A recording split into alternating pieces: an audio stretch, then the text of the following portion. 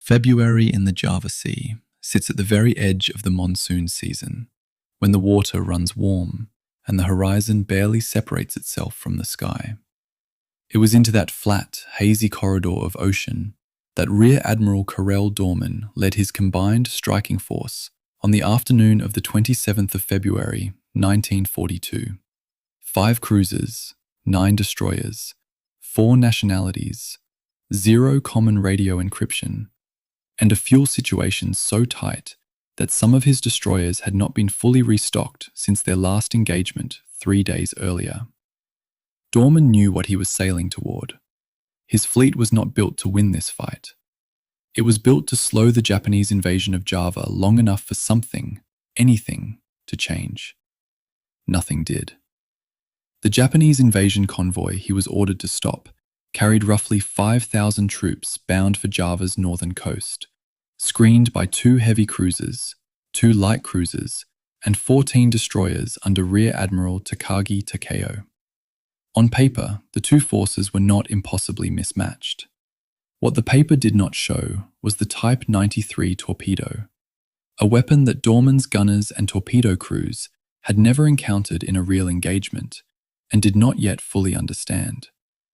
24 inches in diameter, nearly 30 feet long, weighing over 6,000 pounds, running on pure oxygen rather than compressed air, at speeds of up to 49 knots, with a warhead carrying over 1,000 pounds of explosive. It could reach 22,000 meters at high speed, further at reduced throttle. Allied torpedoes of the same period ran roughly half that distance. The entire tactical geometry of the battle was bent around a weapon one side had and the other did not. What strikes me most, reading through Doorman's signals from that afternoon, his terse, almost exhausted radio transmissions preserved in Dutch naval records, is that he kept attacking even after HMS Exeter took a 280mm shell that fractured her boiler room and forced her out of line at roughly 5 in the afternoon. He recalibrated his formation around the gap, pushed north, lost the destroyer Cortana to a long lance that split her nearly in 2, watched HMS Electra go down covering the withdrawal, and still turned the remnant of his force back into the fight after nightfall. By midnight, his flagship De Ruyter and the light cruiser Java were both gone, each struck by long lance torpedoes that detonated below the waterline, where armor plating offered almost nothing. Doorman went down with De Ruyter. He left one final signal before the ship sank. Do not rescue survivors. Keep fighting. 367 men died on De Ruyter. The Java lost roughly 53 of her crew. The 2 ships that survived the main battle, USS Houston and HMAS Perth, ran for the Sunda Strait that same night, hoping to reach the Indian Ocean. They collided instead with the main Japanese invasion fleet in the darkness of the strait, a force so large that both cruisers fired until their ammunition ran dry, and then were sunk by torpedo. Of Houston's crew of 1,008 men, roughly 350 escaped the sinking, only to be taken prisoner on the Javanese coastline. Of those prisoners, a significant portion would not survive the war. The battle, and its immediate aftermath, had eroded an entire Allied naval force in under 48 hours. Java fell to Japanese forces by the 9th of March. There is something about the Java Sea that sits differently from the bigger, more documented Pacific battles. Not because the scale was greater, but because the men involved knew the odds before they left port, and went anyway. The crews of De Ruyter and Houston and Perth, and the destroyers that went down in those warm, shallow waters between Borneo and Java, were not part of a turning point. They were part of a rearguard action that the world mostly moved past. That is exactly why it deserves this kind of careful, unhurried attention. So if you are settled in now and the room is quiet, let the Java Sea come to you slowly, the way it must have looked from a cruiser's bridge on that February afternoon, glassy and pale and full of smoke on the horizon.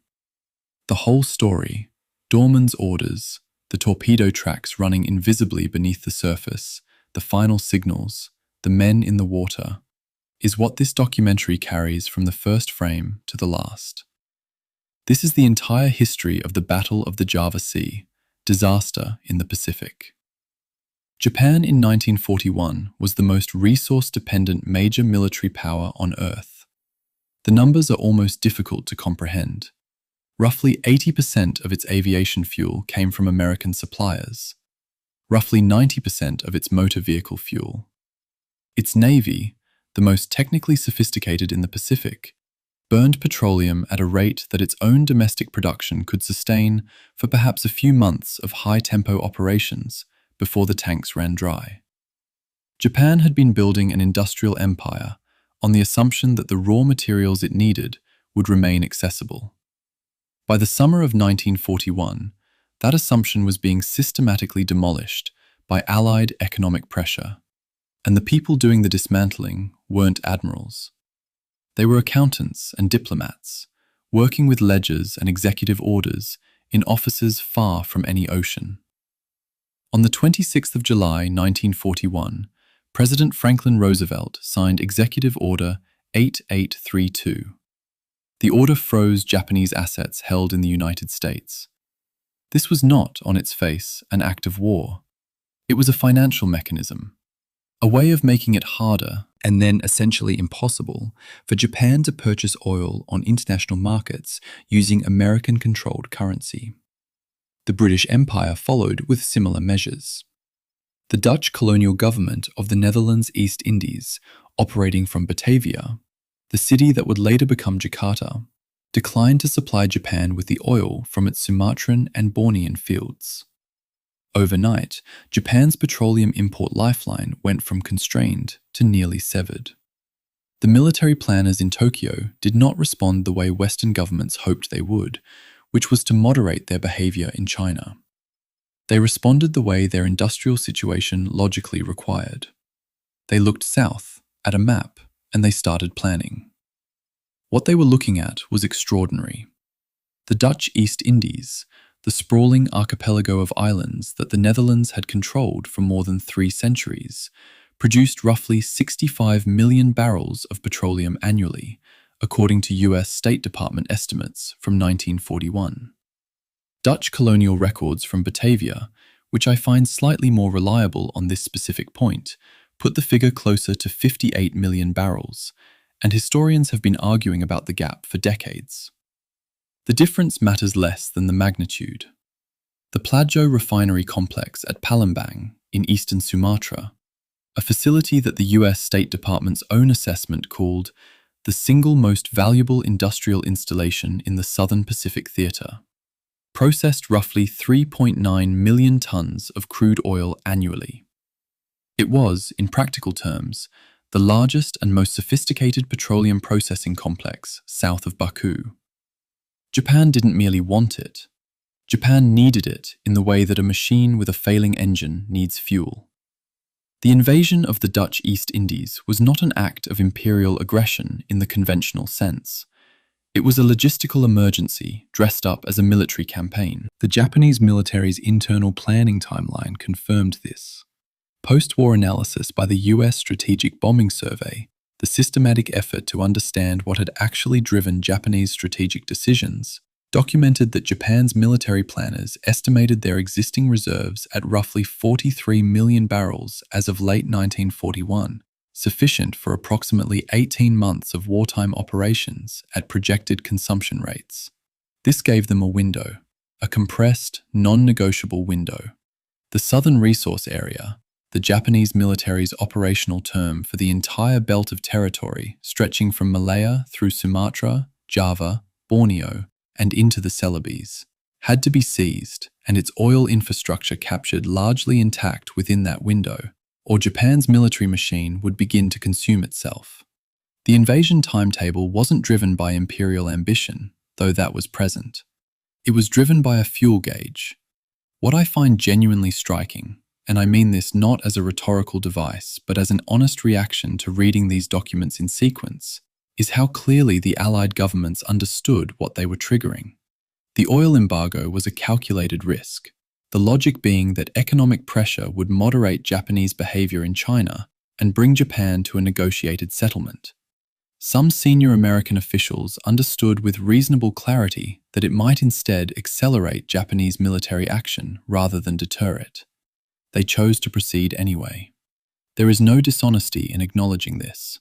The embargo was, from one angle, a reasonable policy response to Japanese aggression on the Asian mainland. But from another angle, it was a mechanism that compressed Japan's decision timeline so severely that the military faction within the Japanese government gained an argument they could not otherwise have made so forcefully. We must move now, before the reserves are gone. Every ship that subsequently sank in the Java Sea was, in a sense, caught in the downstream current of that policy calculation. Japan moved fast, faster than anyone outside the Imperial Japanese Navy's planning staff had anticipated, and faster than the Allied forces scattered across Southeast Asia could absorb. By the 13th of January, 1942, just over a month after Pearl Harbor, Japanese forces seized Tarakan on the northeastern coast of Borneo. The oil facilities there were partially demolished by Dutch engineers before the Japanese arrived, but the infrastructure was recoverable. On the 19th and 20th of February, Japanese paratroopers attacked the Plajo refinery complex at Palembang in eastern Sumatra. The fighting around the refinery was fierce and brief. The Dutch partially succeeded in sabotage. Key processing units were damaged. But the Japanese weren't there to destroy the facility. They were there to own it. Their paratroopers had been specifically briefed to protect the refinery infrastructure, not demolish it. This was an industrial acquisition operation wearing a military uniform. Meanwhile, the Allies were assembling what would become one of the most structurally confused military coalitions in modern history. On the 7th of January, 1942, the American, British, Dutch, Australian Command, which the planners abbreviated to ABDACOM, and which everyone at the time privately called something much less printable, formally came into existence. British Field Marshal Sir Archibald Wavell was appointed its commander. He arrived to command an empire that was already being dismantled around him. Singapore was falling. Sumatra was under attack.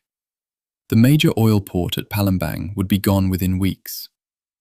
Wavell's command existed on paper before it existed in practice, and in several critical respects, it never fully made the transition. The ABDACOM War Diary, preserved in the Defense Technical Information Center archive, reference ADA 612211, contains the phrase procedural considerations in places where any honest assessment would have written fundamental failures. Government documents have a particular way of being technically accurate and completely misleading at the same time. The Dutch East Indies produced, by the most conservative estimates, roughly 4 times the petroleum that Japan needed to sustain its Pacific operations through 1944 and beyond. The Allies understood this. Japan understood this. Both sides knew exactly what the prize was.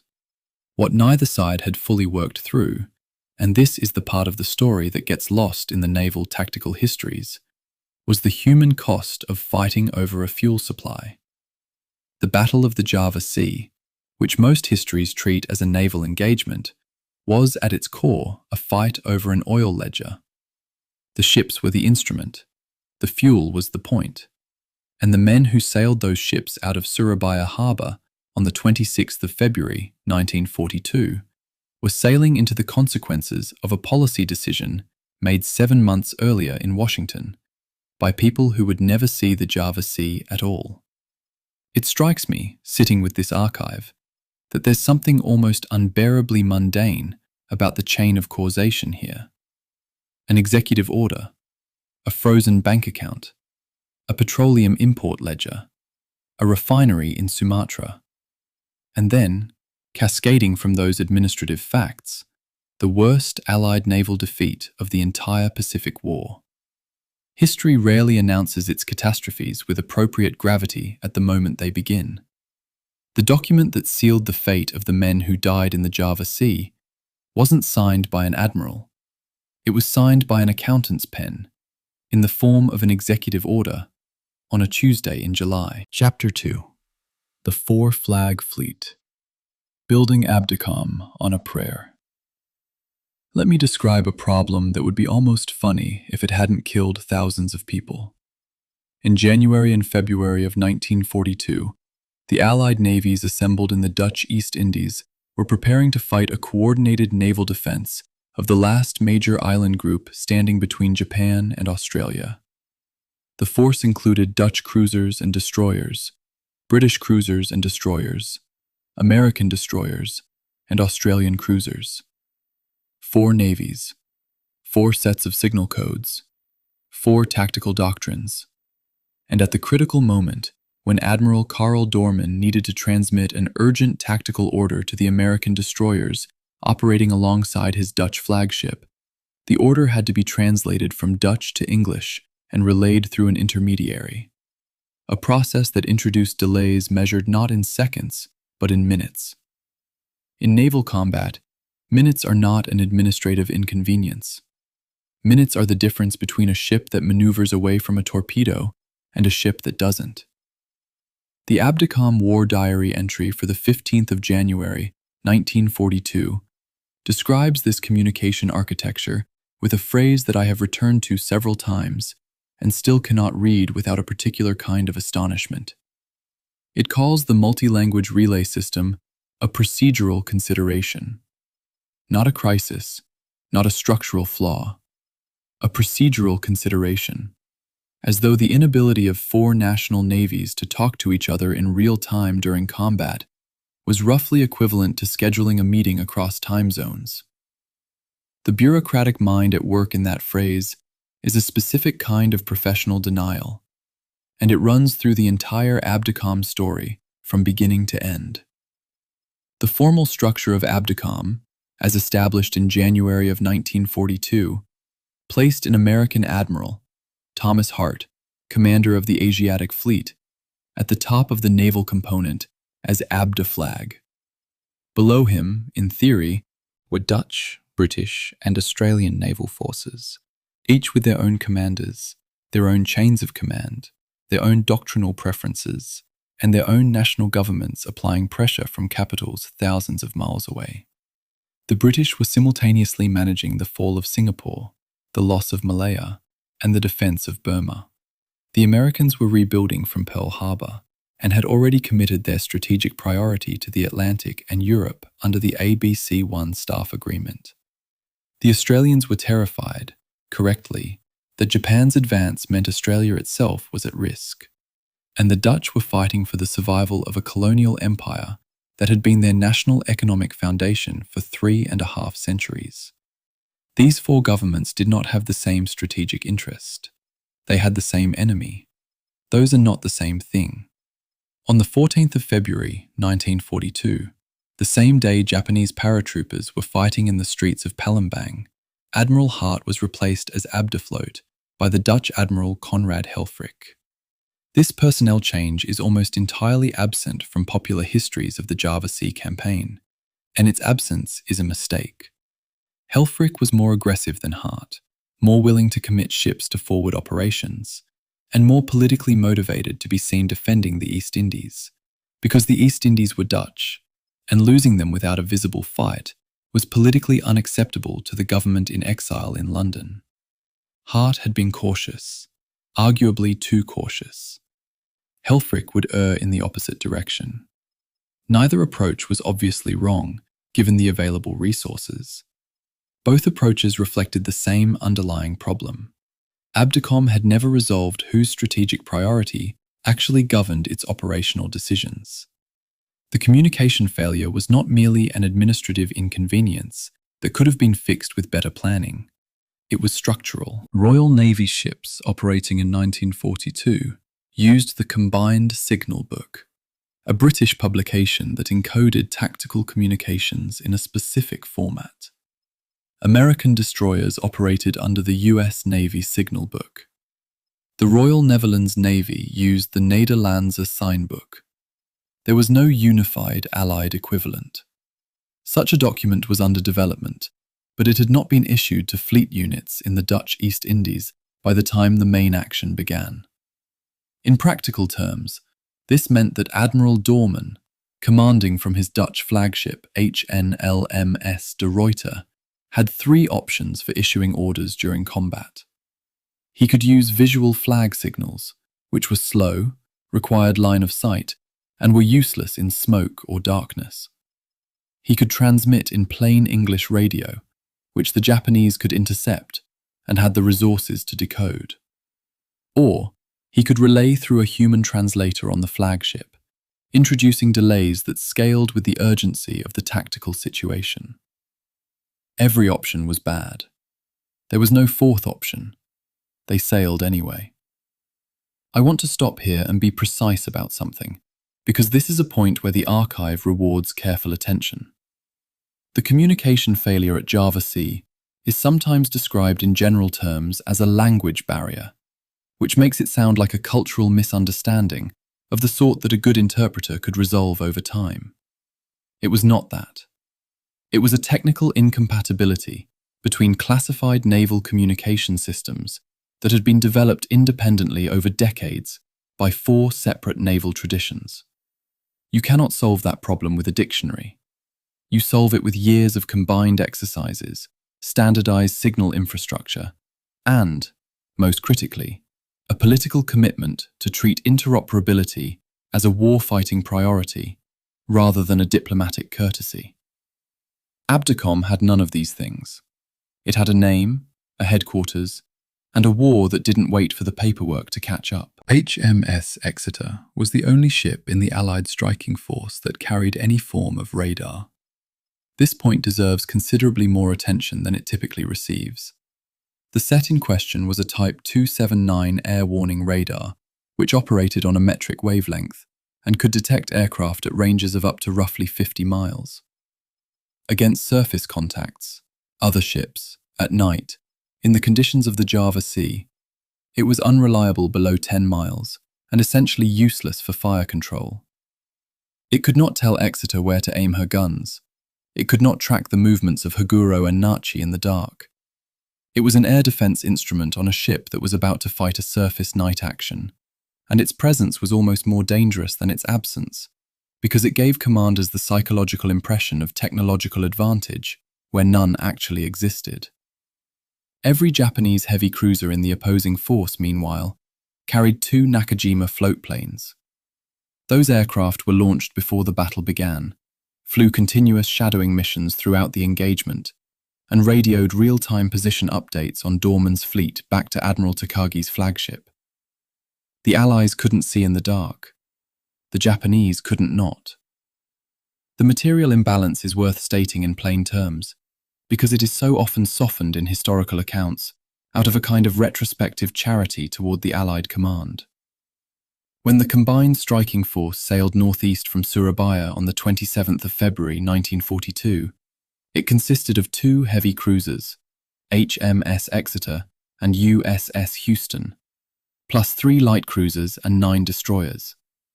The Japanese covering force, under Rear Admiral Takeo Takagi, consisted of 2 heavy cruisers, Haguro and Nachi, each carrying 10 8-inch guns, plus 2 light cruisers and 14 destroyers. On paper, the disparity in numbers looks manageable, but the paper comparison omits the float plane reconnaissance advantage, the torpedo doctrine gap, the fire control superiority, the signals intelligence asymmetry, and the degraded material state of several Allied vessels. Houston had lost her aft gun turret, 3 of her 9 8-inch guns, in a Japanese air attack on the 4th of February. She went into the Java Sea battle with 6 operational 8-inch guns. Nobody appears to have produced a full consolidated assessment of the striking force's actual combat capability at the moment of departure. Combined total displacement of approximately 48,400 tons sounds impressive. 6 of those 8-inch guns were on a ship that had already been hit. When ABDACOM formally came into existence on the 1st of January 1942, It was the first operational multinational command of the modern era. Historians have occasionally presented this as a kind of achievement, the Allies working together, a new model of coalition warfare. And perhaps in a different war, with more time and more resources, it might have been. But ABDACOM in practice was a command structure that had been designed to give each participating nation the assurance that their forces remained under national authority, while simultaneously presenting to the world the appearance of unified command. It resolved no conflict of national priority. It created no shared doctrine. It issued no unified signal book. It produced no combined logistics system. What it produced was an organizational chart and a great deal of correspondence between capitals that were each primarily concerned with their own survival. Admiral Dorman was handed the product of this process on the 25th of February, told to take it to sea, and told to stop the Japanese invasion of Java. He asked for air cover. He was told there was none. He asked for time to replenish and rest his destroyers. He was told there was none of that either. He sailed. Chapter 3. The Man Who Would Not Turn Back. Carroll Dorman. Rear Admiral Carroll Dorman was not, by any account I have found, a man given to dramatic pronouncements or theatrical gestures. The Dutch naval historical records that survive him paint a picture of a professional officer, technically capable, methodical, personally reserved, who had spent his career in the Dutch colonial navy managing the kind of steady, procedural work that doesn't produce legends. He was not Halsey. He was not Mountbatten. He was a Dutch naval officer who had been given a fleet that wasn't ready, an order he knew was probably impossible, and a war that had already decided most of the important questions before he was handed command of it. What he did with that situation, how he thought about it, how he communicated about it, and ultimately how he chose to face it, is recorded in his signal traffic. Not in memoirs, not in speeches. In the dry, compressed language of naval signals sent to his superior, Admiral Helfrich, in the days before the battle. Those signals are where the real Dorman lives, and they reward attention. In the days preceding the 27th of February, Dorman transmitted a request to Helfrich for aerial reconnaissance support before any attempt to intercept the Japanese convoy. Reconnaissance would have told him what he was sailing toward, the composition of the Japanese escort force, its course and speed, the number of destroyers. The request was denied. There were no aircraft available. He then requested additional time, a delay that would allow his destroyers to refuel and replenish their torpedo loads. Some of his American destroyers had already been in action and were operating below full fuel and torpedo capacity. This request was also denied. The convoy had to be stopped. It had to be stopped now. The record of these denials is in the archive. The record of Dorman's response to them is also there. He stopped sending requests and started preparing to sail. I find it genuinely difficult, reading this sequence of signals, to map Dorman onto the heroic admiral template that some Dutch national memory has constructed around him. He wasn't charging toward glory. He was a professional officer who had asked for what he needed, been told he couldn't have it, and concluded that his professional obligation required him to proceed anyway. This is a very different kind of courage from the sword-drawn variety. It is quieter, more complicated, and in some ways more troubling, because it raises the question of where professional obligation ends and moral responsibility for a predictable outcome begins. Dorman knew the odds. He'd been given enough information to know the odds. He sailed. The fleet departed Surabaya Harbour on the evening of the 26th of February. Multiple crew accounts describe the harbour itself as a scene of controlled deterioration. Wrecked vessels at anchor, damaged dock facilities, the smell of burning oil from previous air attacks still heavy in the air. The men who walked the decks that evening could see, with their own eyes, what the Japanese air campaign had already done to the port infrastructure. They were sailing out of a damaged base, in ships that needed more time and more ammunition, toward an enemy whose precise strength they did not know. Jeff Hornfischer, in his 1942 battle account, draws on crew testimony to describe the mood as neither panic nor bravado. Something quieter and more considered. Men who understood the situation and had chosen to be present in it. The morning of the 27th brought fresh urgency. Reports confirmed that the Japanese invasion convoy was approaching from the north. Dorman's force was ordered to intercept. He received at some point during the morning one further signal from Helfrich. The exchange, documented in Dutch naval records and cited in Geoffrey Cox's 1942 History of the Java Sea Campaign, Rising Sun, Falling Skies, conveyed the essential message that the convoy had to be stopped that day. Dorman had been considering, according to those same records, whether a delay might allow a submarine-based interdiction of the convoy instead of a surface action. It was not an unreasonable thought. Dutch submarines were still operational in the theatre. A torpedo from a submerged boat carried fewer risks than a surface engagement between a weakened Allied force and a fully prepared Japanese escort. This suggestion went nowhere. The submarines were not redirected. The surface force was ordered to proceed. What happened next, between roughly 3:30 in the afternoon and midnight on the 27th of February, is the tactical history that most people associate with the Battle of the Java Sea. But before the guns opened, there was a moment that tells you everything about what kind of battle this was going to be. At roughly 3:45 in the afternoon, a Japanese floatplane launched from the heavy cruiser Nachi located Dorman's fleet from the air. The position was radioed immediately to Admiral Takagi's flagship. Dorman's ships, meanwhile, identified enemy masts on the horizon, but could not determine their composition. Their optical equipment was inferior to the Japanese, and they briefly misidentified the enemy cruisers as battleships before the mistake was corrected. The Japanese knew exactly what they were sailing toward. The Allies were guessing. That asymmetry, complete Japanese information, partial Allied information, never changed at any point during the battle, because Haguro's floatplane continued to track and report Dorman's movements until after dark.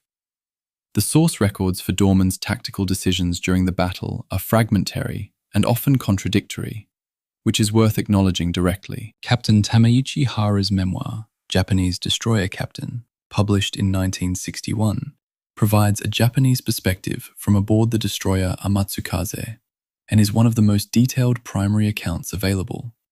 But Hara was not on Dorman's bridge. He was watching from the other side of the engagement, through his own binoculars, making inferences about Allied intentions that were sometimes correct and sometimes not. Captain O.L. Gordon's after-action report for HMS Exeter, filed after Gordon survived the first battle and later the sinking of his ship on the 1st of March, provides an Allied perspective. But Gordon's view from Exeter was necessarily limited to what he could observe from his position in the formation. Dorman's own communications don't survive in comprehensive form. What we have is a mosaic of partial views, and we should be honest about that when we try to reconstruct his thinking. One interpretive conflict worth pausing on. During the afternoon phase of the battle, after Exeter was crippled by Haguro's shell fire and began to fall out of formation, Dorman's ships turned south towards Surabaya. Captain Hara's memoir records that Admiral Takagi, watching this maneuver, interpreted it as the Allied ships retreating to port, and accordingly relaxed his alert posture and began post-battle reformations. The American USN combat narratives, compiled after the war, describe the same movement as a retirement. Dorman never intended to return to port. He was repositioning, regrouping, buying time to reassess his options. The Japanese mistook a tactical pause for a retreat, and this mistake, recorded in Hara's own account, is what gave Dorman a second opportunity to attack after nightfall. History's ironies rarely arrange themselves more precisely than that. Dorman's apparent retreat fooled his enemy into dropping their guard, which enabled the final night attack that killed him. There is a moment recorded in the Dutch Naval Commission's post-war assessment that has stayed with me longer than almost anything else in this archive. In the final hours of the battle, as his fleet shrank from 9 destroyers and 5 cruisers down to 4 cruisers with no destroyer escort, Doorman transmitted what became his last recorded signal to the surviving Allied ships. The Dutch original, Ik val aan, volg mij, translates most directly as, I attack, follow me. Some historians render it as, all ships follow me. The precise phrasing has been debated, and I don't think the debate resolves cleanly in either direction. What isn't debated is the context. Doorman had no destroyers left, his force was depleted, the Japanese float plane had been tracking him the entire night, and he was signaling his remaining ships to follow him toward an enemy he knew was better armed, better informed, and waiting. I attack, follow me, isn't a battle cry. It's a professional man's last official communication. Chapter 4. The Fleet That Sailed into the Afternoon. At 16 minutes to 4 on the afternoon of the 27th of February, 1942, a Japanese sailor named Shigeru Iwata, the chief spotter aboard the destroyer Amatsukaze, put his binoculars to his eyes and found Doorman's fleet at a distance of roughly 31,600 yards. He called the sighting. Captain Tamechi Hara, commanding Amatsukaze, raised his own binoculars and confirmed it. He could make out de Ruyter's distinctive masts as the Allied formation slowly resolved out of the haze. Admiral Doorman, on de Ruyter's bridge, located the enemy in turn. There was a brief alarm when someone in the Allied formation reported battleships in the enemy line. Battleships would have been a different situation entirely. The report was quickly corrected. There were no battleships. There were 2 heavy cruisers, Haguro and Nachi, each carrying 10 8-inch guns, each with a full magazine, each accompanied by a superior torpedo battery that the Allied commanders did not yet understand was fundamentally different from anything they had faced before. This is where Captain Gordon's after-action report for HMS Exeter becomes essential reading, and I mean that precisely. Gordon was a careful observer and a disciplined writer. His report does not embellish. It describes what he saw, what he knew, and what he could not determine, in that order. Section 24 of the report contains the observation that the enemy ships were clearly visible, but our fire control could not obtain accurate range data due to atmospheric haze and the superior optical equipment of the enemy. That sentence is the technical summary of the entire afternoon engagement. The Japanese heavy cruisers Haguro and Nachi carried Type 94 fire control directors with rangefinders of 8-meter baseline length. HMS Exeter's director control tower used a rangefinder with a roughly 4.6-meter baseline. At combat ranges exceeding 18,000 yards, and the afternoon battle was fought largely at ranges between 18 and 24,000 yards, this optical difference translated directly into gunnery accuracy. The Japanese could see their targets more precisely. They hit more often. The first 45 minutes of the battle produced a statistical result that is almost impossible to reconcile with the drama of what was happening on those ships' decks. In the opening exchanges, the Japanese light cruiser Naka and her group of destroyers fired 43 torpedoes at the Allied formation at ranges around 15,000 yards. Not one of them hit. The Allied cruisers fired dozens of salvos at Haguro and Nachi and initially reported, inaccurately, that Haguro had been blown up and sunk. She had not been touched. Meanwhile, Haguro and Nachi scored the first hits of the battle on de Ruyter and Houston respectively. Shell damage that caused fires and flooding and casualties, but nothing immediately crippling. In the first half hour, both sides had demonstrated that they could damage each other without achieving decisive results. Then a Japanese destroyer group charged in and released another spread. 70 torpedoes in total, according to Captain Hara's account. 70.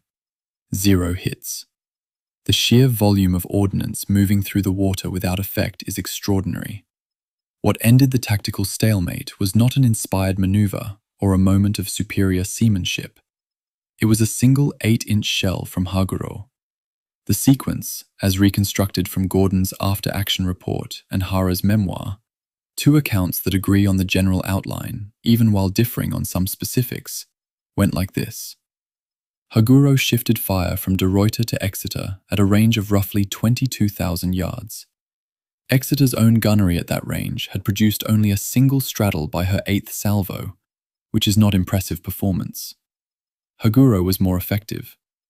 One 8-inch shell hit Exeter below the waterline at the stern, causing flooding. Then a second shell, and this one changed everything, pierced into Exeter's engine spaces and exploded inside her boiler room. It destroyed 6 of her 8 Admiralty 3-drum boilers. Exeter's speed dropped almost immediately to roughly 5 knots. A ship designed to make 32 knots in combat was now making 5.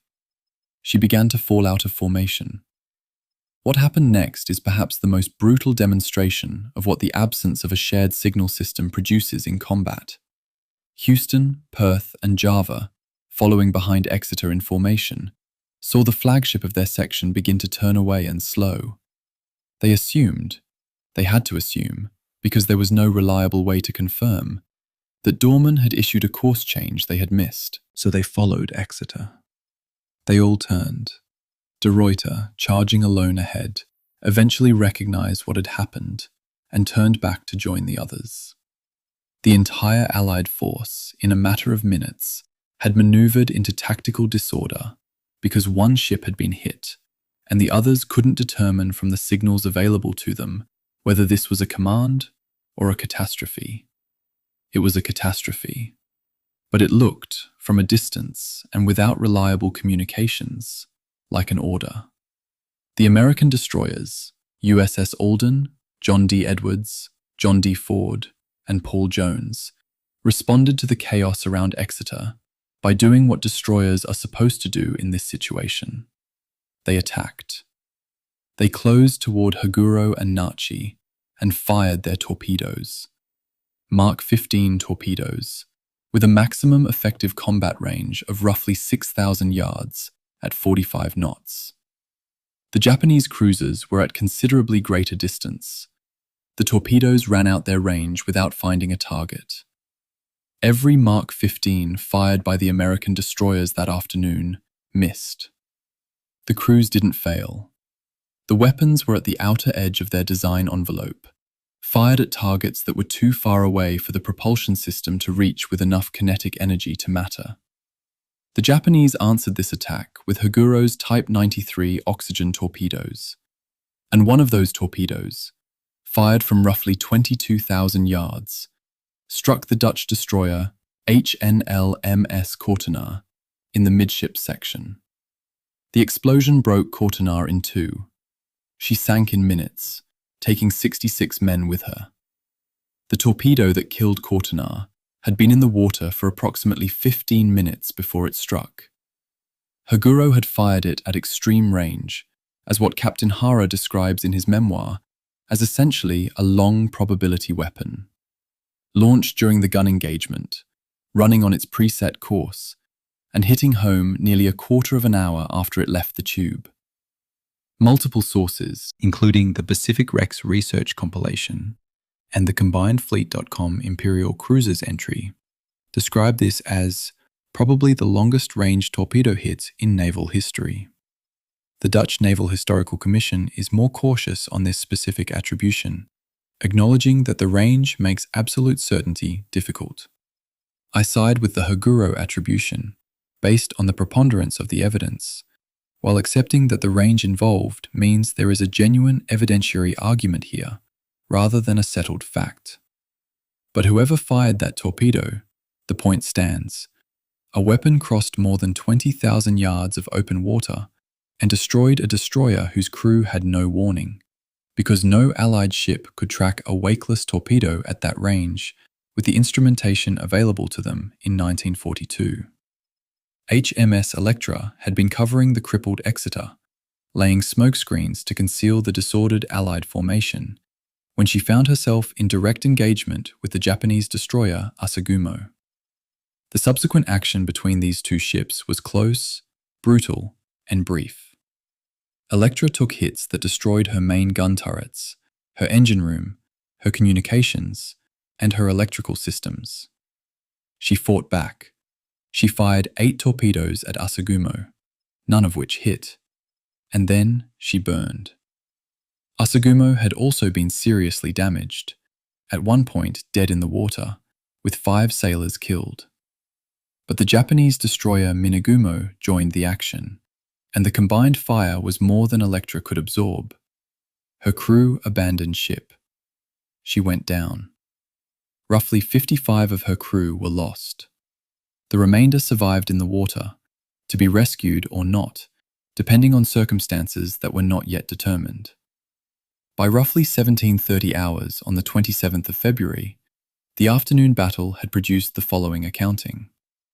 Dorman's force had lost 1 destroyer sunk and another sunk in action, his flagship cruiser damaged by shellfire, and his principal heavy cruiser crippled and limping towards Surabaya at 5 knots. He had not put a single Japanese warship out of action. He had not come close to the convoy he had been ordered to stop. His American destroyers had expended most or all of their torpedoes. His British destroyer HMS Jupiter and HMS Encounter were still operational, but damaged by near misses. What he had left was a battered, under-ammunition, partially crippled force in deteriorating tactical condition, with night coming on. Takagi had been watching all of this from his flagship, through superior optics, with real-time reports from Haguro's floatplane. He mistook Dorman's subsequent southward turn as a retreat. He relaxed. He began recovering his own floatplanes, stopping his ships in the water to take them back aboard. He was wrong to relax. Dorman wasn't retreating. He was thinking. Chapter 5. The Mine, the Darkness, and the Men in the Water. There is a particular quality to the entries in HMS Jupiter's official ship record for the 27th of February, 1942. They are precise, clipped, and professionally dispassionate in the way that Royal Navy ship logs tended to be. A tradition of recording events without visible emotion that could, in different circumstances, be mistaken for indifference. The entry for 21:16 hours reads approximately as follows. Explosion in area of engine room. Nature of explosion uncertain at time. Ship began to settle. That phrase, nature of explosion uncertain at time, is doing an enormous amount of work. Jupiter had struck a mine. The mine was Dutch. It had been laid earlier that day by the Dutch mine-layer Gouden Leeuw. No notification of the minefield's position had reached Dorman's fleet before it sailed. Jupiter's crew, maneuvering in the dark at speed, had no warning at all. Let me stay with this for a moment, because it is the kind of detail that gets absorbed into the broader catastrophe narrative without receiving the attention it deserves. The Dutch mine-layer Gouden Leeuw had been operating in exactly the area where Dorman's fleet would subsequently maneuver during its night attack. The coordinates of the minefield she laid on the 27th of February were available in the ABDACOM's records. They were not transmitted to Dorman before he departed Surabaya. The post-war Dutch naval investigation confirmed this. It was not deliberate withholding. It was an administrative communication failure, the kind that happens in a command structure that hasn't been properly integrated, in an organization moving faster than its own procedures can track, in a war that isn't pausing to allow for careful staff work. It was, in the exact technical sense, a bureaucratic error, and it killed 84 men. The mine itself was almost certainly a Dutch M-type moored contact weapon, a spherical cased device with lead and phosphor bronze detonating horns projecting from the surface, moored at a depth calculated to catch destroyer-class vessels at their waterline. The explosive charge was roughly 250 kilograms of TNT. HMS Jupiter displaced 1,690 tons standard, an H-class destroyer, one of the most modern in the Royal Navy's inventory, commissioned in 1939. The mine needed to create a breach sufficient to flood the machinery spaces faster than damage control could respond. At 21 knots in darkness, Jupiter had perhaps 2 seconds between the moment the mine's horn made contact with her hull and the moment of detonation. There was no time to react, no time to warn the machinery room crew, no time for anything except the explosion itself. Jupiter did not sink immediately. She took approximately an hour to go under, which is simultaneously long enough to mount a damage control response and short enough to make that response hopeless, given the extent of the flooding. Men from her crew entered the Java Sea in darkness, within reach of a battle that was still ongoing, with no certainty that anyone knew they were there. What happened to them over the next hours, and in some cases the next days, is documented in survivor testimonies that are scattered across British naval records, Australian archives, and the personal accounts compiled by researchers after the war. Some men from Jupiter were eventually rescued by Japanese vessels. Some were picked up by Indonesian fishing boats. Some were not rescued at all. HMS Encounter was still operational, still with Dorman's force.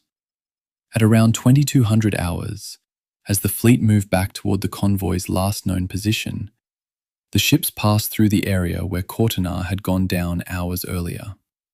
There were men in the water, survivors from Kortenar, who had been floating in the Java Sea since the late afternoon. 113 of them were still alive. Dorman ordered Encounter to stop and pick them up. This is a decision worth pausing on, because it had an immediate and irreversible tactical consequence. Encounter, at this point one of only 2 destroyers Dorman had left, alongside the fatally damaged Jupiter, stopped, pulled survivors from the water, and was then ordered to take them to Surabaya. Dorman absorbed this loss. He continued with 4 cruisers and no destroyer escort whatsoever. Not one ship capable of screening the cruisers from torpedo attack. Not one ship capable of hunting a submarine contact or charging toward an enemy torpedo launch position. He was alone with his cruisers in the dark. The Encounter's report of proceedings, a document preserved at Pacific Rex and covering the period from the 25th of February to the 1st of March, 1942, provides a remarkably specific account of this sequence of events. The document describes the rescue operation, the condition of the Kortenar survivors, and the subsequent order to proceed to Surabaya.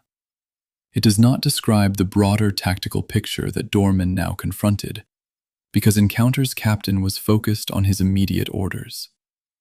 But reading between the lines of an after-action report is sometimes the most useful archival activity available. Encounter's captain was following Dorman's last order. Dorman, now without any destroyer screen, was following Helfrich's order. Helfrich was following the political imperative of a government that needed the convoy stopped. The chain of obligation ran all the way up and produced, at its operational end, a rear admiral in an 8,000-ton cruiser with no escort, hunting for a Japanese convoy in the dark. I've spent time with the Jupiter survivor accounts, and what strikes me most is not the immediate drama of the sinking, though that is present in the testimonies, but the quality of the waiting that followed. Men in the water in the Java Sea at night, with no immediate rescue evident, watching the horizon for gun flashes from a battle that was still going on somewhere out there. Unable to distinguish from the water which flashes meant Allied ships firing and which meant Allied ships dying. Some of these men had been in the water for 6, 8, 10 hours before any rescue came. Some, according to the fragmentary testimony that survives, were still conscious when they were picked up. The Battle of the Java Sea looks very different from the Java Sea itself, at night, from the perspective of a man without a ship. What Dorman did not know, as he led his 4 cruisers northward into the dark, was that he had been watched continuously since the afternoon. Haguro's float plane, which had been circling overhead through the entire afternoon engagement and into the evening, had observed his course change, the departure of the American destroyers, the reduction of his force. After Takagi's ships stopped to recover their float planes, one of Haguro's aircraft was still airborne. That aircraft watched Dorman turn back toward the convoy. It radioed his position, his course, his speed. Admiral Takagi received this information with what Hara describes as shock. He had genuinely believed the Allies were retiring to port. The float plane's report changed everything. Haguro and Nachi immediately picked up speed and raced to intercept. The Dutch Naval Commission's investigation, conducted after the war and drawing on survivor testimony from de Ruyter's crew, the records of encounters' movements, and the available Japanese sources, confirmed that the minefield notification failure was a genuine administrative gap rather than a command decision. I am not going to suggest that this makes it less consequential. 84 men went into the Java Sea because a piece of paperwork didn't travel from one desk to another in time. The investigation identified the failure. It assigned no individual culpability in the way a criminal proceeding would. The war was over. The men were dead. The mine layer had been following orders in laying the field. The fleet had been following orders in sailing through it. No individual had decided to kill 84 British sailors. The system had. Jupiter's wreck was, as of 2002, the only one of the Java Sea battle losses whose position was known and plotted on an Admiralty chart. She lay in relatively shallow water, close enough to shore that she had already been heavily salvaged for scrap long before anyone thought about her as a war grave. The irony in this is uncomfortable. Jupiter was killed by a mine laid by her own side. Her wreck was stripped for metal by salvagers who came long before the legal frameworks for protecting such sites existed. Even in death, she was unlucky. Chapter 6. The Long Lance. Japan's secret weapon in the dark. In February of 1944, exactly 2 years after the Battle of the Java Sea, a team of US Navy engineers examining captured Japanese naval ordnance wrote a survey report that included a phrase worth noting. They described their assessment of the Type 93 torpedo, which they had finally been able to examine in sufficient detail to understand its propulsion architecture, as producing results they found astonishing. The Type 93 could run at roughly 50 knots to a range of approximately 22,400 yards. At reduced speed, around 32 knots, it could reach 33,000 yards. The American Mark 15 torpedo, the standard destroyer-launched weapon in the Allied Pacific Fleet, had an effective combat range of roughly 6,000 yards at 45 knots. The engineers writing the February 1944 report were describing a weapon that had been used against Allied fleets for more than 2 years before American technical intelligence fully understood what it was. Let that sit for a moment. The weapon that destroyed much of the Allied fleet in the Java Sea was not fully understood by Allied weapons engineers until 2 years after it was used. The Allied ships that sailed from Surabaya on the 26th of February 1942 were operating on a tactical doctrine calibrated for a torpedo threat that was roughly a quarter of the actual range. When American destroyers fired their Mark 15s at Haguro and Nachi and missed, they were fighting at the outer edge of their weapons capability. When Haguro fired a Type 93 at Kortenar and hit from 22,000 yards, it was doing something that Allied torpedo doctrine had not envisioned as physically possible. The gap was not a matter of degree. It was a categorical difference in what the weapons could do. The Type 93's fundamental engineering distinction from every other torpedo of its era was its propulsion system. This requires a somewhat precise technical explanation because the engineering choice Japan made is genuinely extraordinary and is often described in ways that obscure what was actually unusual about it. Conventional torpedoes of the 1930s and early 1940s, British, American, German, Italian, used compressed air as the oxidizer for their propulsion systems. The fuel was typically kerosene or a similar hydrocarbon. The oxidizer was compressed atmospheric air, which is approximately 78% nitrogen and 21% oxygen.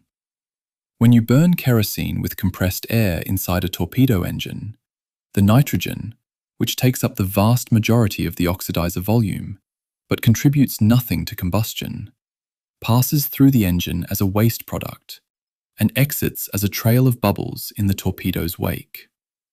This bubble wake served a critical defensive function for the target. It was visible from a ship's bridge, allowing lookouts to spot an incoming torpedo and order emergency maneuvering. It also represented a colossal engineering waste.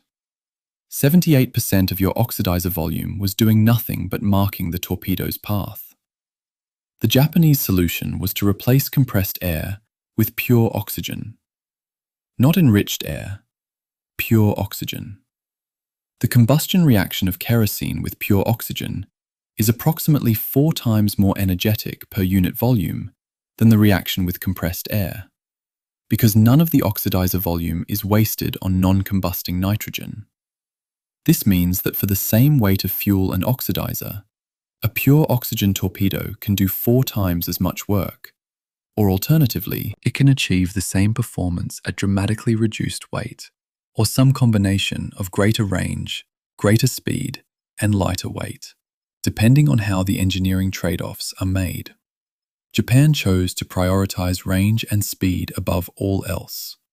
The result was a torpedo 9 meters long, weighing roughly 2,700 kilograms, carrying an explosive warhead of 490 kilograms of Type 97 explosive, a mixture of 60% TNT and 40% hexanitrodiphenylamine, that could reach targets at ranges no other naval torpedo could approach, leaving no bubble wake, with no visible track to warn the intended victim. The trade-offs were severe and are worth being explicit about because they reveal something about the Japanese naval culture of this period.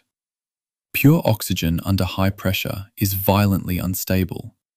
It ignites spontaneously on contact with hydrocarbons, including lubricating oils.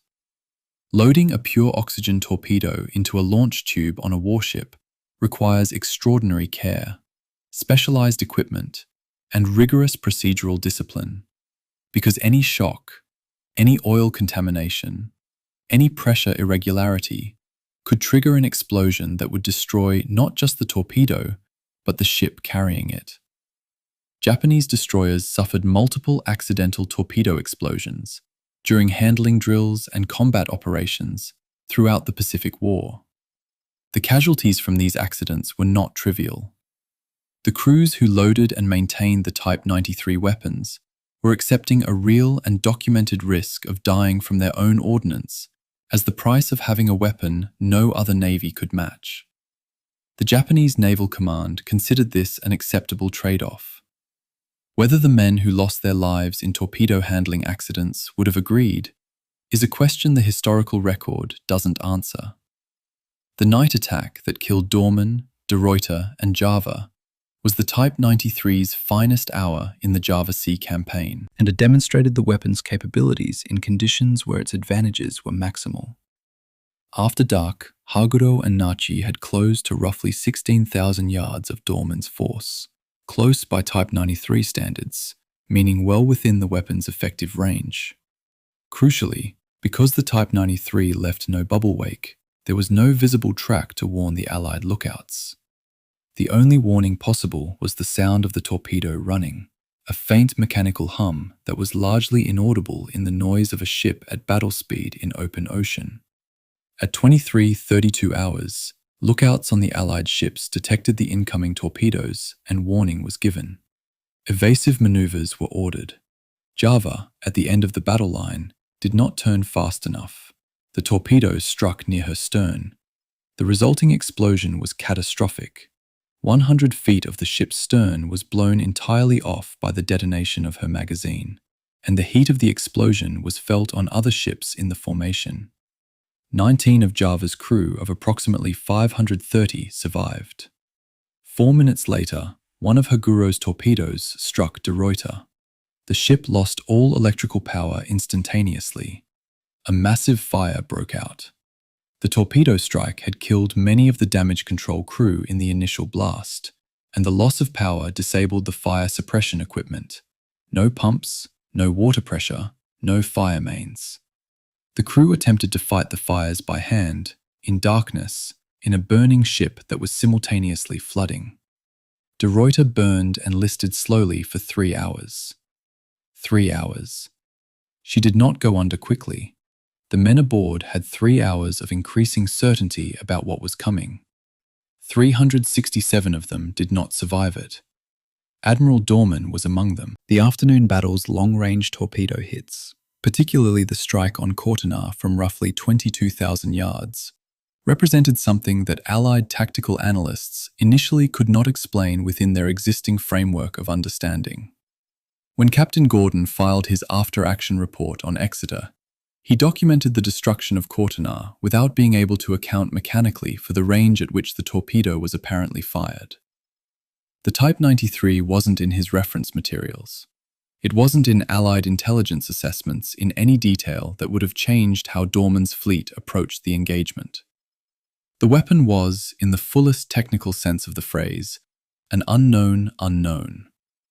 Allied planners had modeled a Japanese torpedo threat based on what they knew about the range and speed of conventional air propulsion weapons. They had no accurate intelligence that Japan had solved the nitrogen problem. They didn't know the solution existed. They built their tactical approach on an incomplete model of their enemy's capability, and the gap between the model and reality was measured in ships. I have to be honest about the fact that reading the 1944 US Navy Ordnance Survey, the document where American engineers first fully described the Type 93 with accurate specifications, produces a strange feeling. It is written in the clipped, technical prose of government engineering reports, which tends to flatten the emotional content of what's being described. But if you read it knowing what the torpedo had already done by February 1944, knowing which ships had gone down, and which men had died from a weapon whose design principles weren't fully understood until 2 years after it was used, the engineering survey becomes a different kind of document. It becomes the moment the Allied military finally understood, in precise technical terms, what it had been fighting. The Java Sea was already 2 years in the past. It was too late to matter for Courtenay, or Java, or De Ruyter, or the men at the bottom of the water. But at least they finally knew. The post-war American torpedo development program shows the direct institutional response to this knowledge. The Mark 15 torpedo was substantially redesigned after 1942. The Mark 18 electric torpedo, introduced in 1944, addressed the bubble wake problem by using battery electric propulsion, a completely different solution to the same problem, one that eliminated the visible track without the explosive risks of pure oxygen. American torpedoes never matched the range of the Type 93 because the engineering trade-offs Japan had accepted, the risk of catastrophic handling accidents, were considered unacceptable in American naval culture. But the bubble wake problem was solved. The lesson was applied. It came too late for the Java Sea, and came from the wreckage of a fleet that had been destroyed by something it didn't know existed. Chapter 7. I Attack, Follow Me. The Last Hours of De Ruyter. There is a quality to the Dutch Naval Commission's post-war survivor testimony collection that is different from most military after-action documentation. It was compiled not in the immediate aftermath of battle, when adrenaline and institutional defensiveness tend to shape what gets written down, but years later, by investigators who had the benefit of knowing how the war ended and were trying to understand something that had happened in the dark at the bottom of an ocean. The testimonies from De Ruyter's survivors, the roughly 50 men who came out of a crew of more than 400, have an unsettling specificity to them. They remember details with the precision that shock tends to produce. Where they were standing, what they were doing, what they heard before the lights went out. What the testimonies collectively describe, for the period beginning at 23:36 hours on the 27th of February, is something that resists the dramatic framing that military narratives tend to impose on final battles. De Ruyter didn't go down fighting in a blaze of retaliatory gunfire. She was hit, lost all power immediately, caught fire in multiple compartments simultaneously, and then spent approximately 3 hours dying, while her crew attempted with diminishing resources to do something, anything, to alter that outcome. The torpedo from Haguro struck the hull, and the physics of what followed were entirely predictable, given the specifics of where it hit. The blast killed a significant portion of the trained damage control party. Without those men, the damage control response was reduced to whoever was still alive and close enough to be useful. Without electrical power, the pumps that fed the fire suppression system were offline. Without the pumps, there was no pressure in the fire mains. The crew was fighting a ship fire with no water, in total darkness, on a vessel that was simultaneously flooding from below. This is not a metaphor for anything. It is a literal engineering description of what was happening inside de Ruyter's hull, between roughly 11:30 at night on the 27th and the early hours of the 28th of February. The compound damage mechanism of a torpedo strike, structural breach, flooding, shockwave damage to steam pipes, shearing of electrical conduits, secondary fires from ruptured fuel lines, simultaneous failure of all electrically powered damage control equipment, produces a situation that well-trained and experienced crews can sometimes manage if they catch it early enough, and if the primary blast hasn't killed the people whose job is to respond. De Ruyter's crew caught it too late, because the torpedo had specifically hit in a location that degraded their response capacity in the opening seconds. What followed was 3 hours of a crew doing what they could, knowing it wasn't enough. Admiral Dorman remained on the bridge.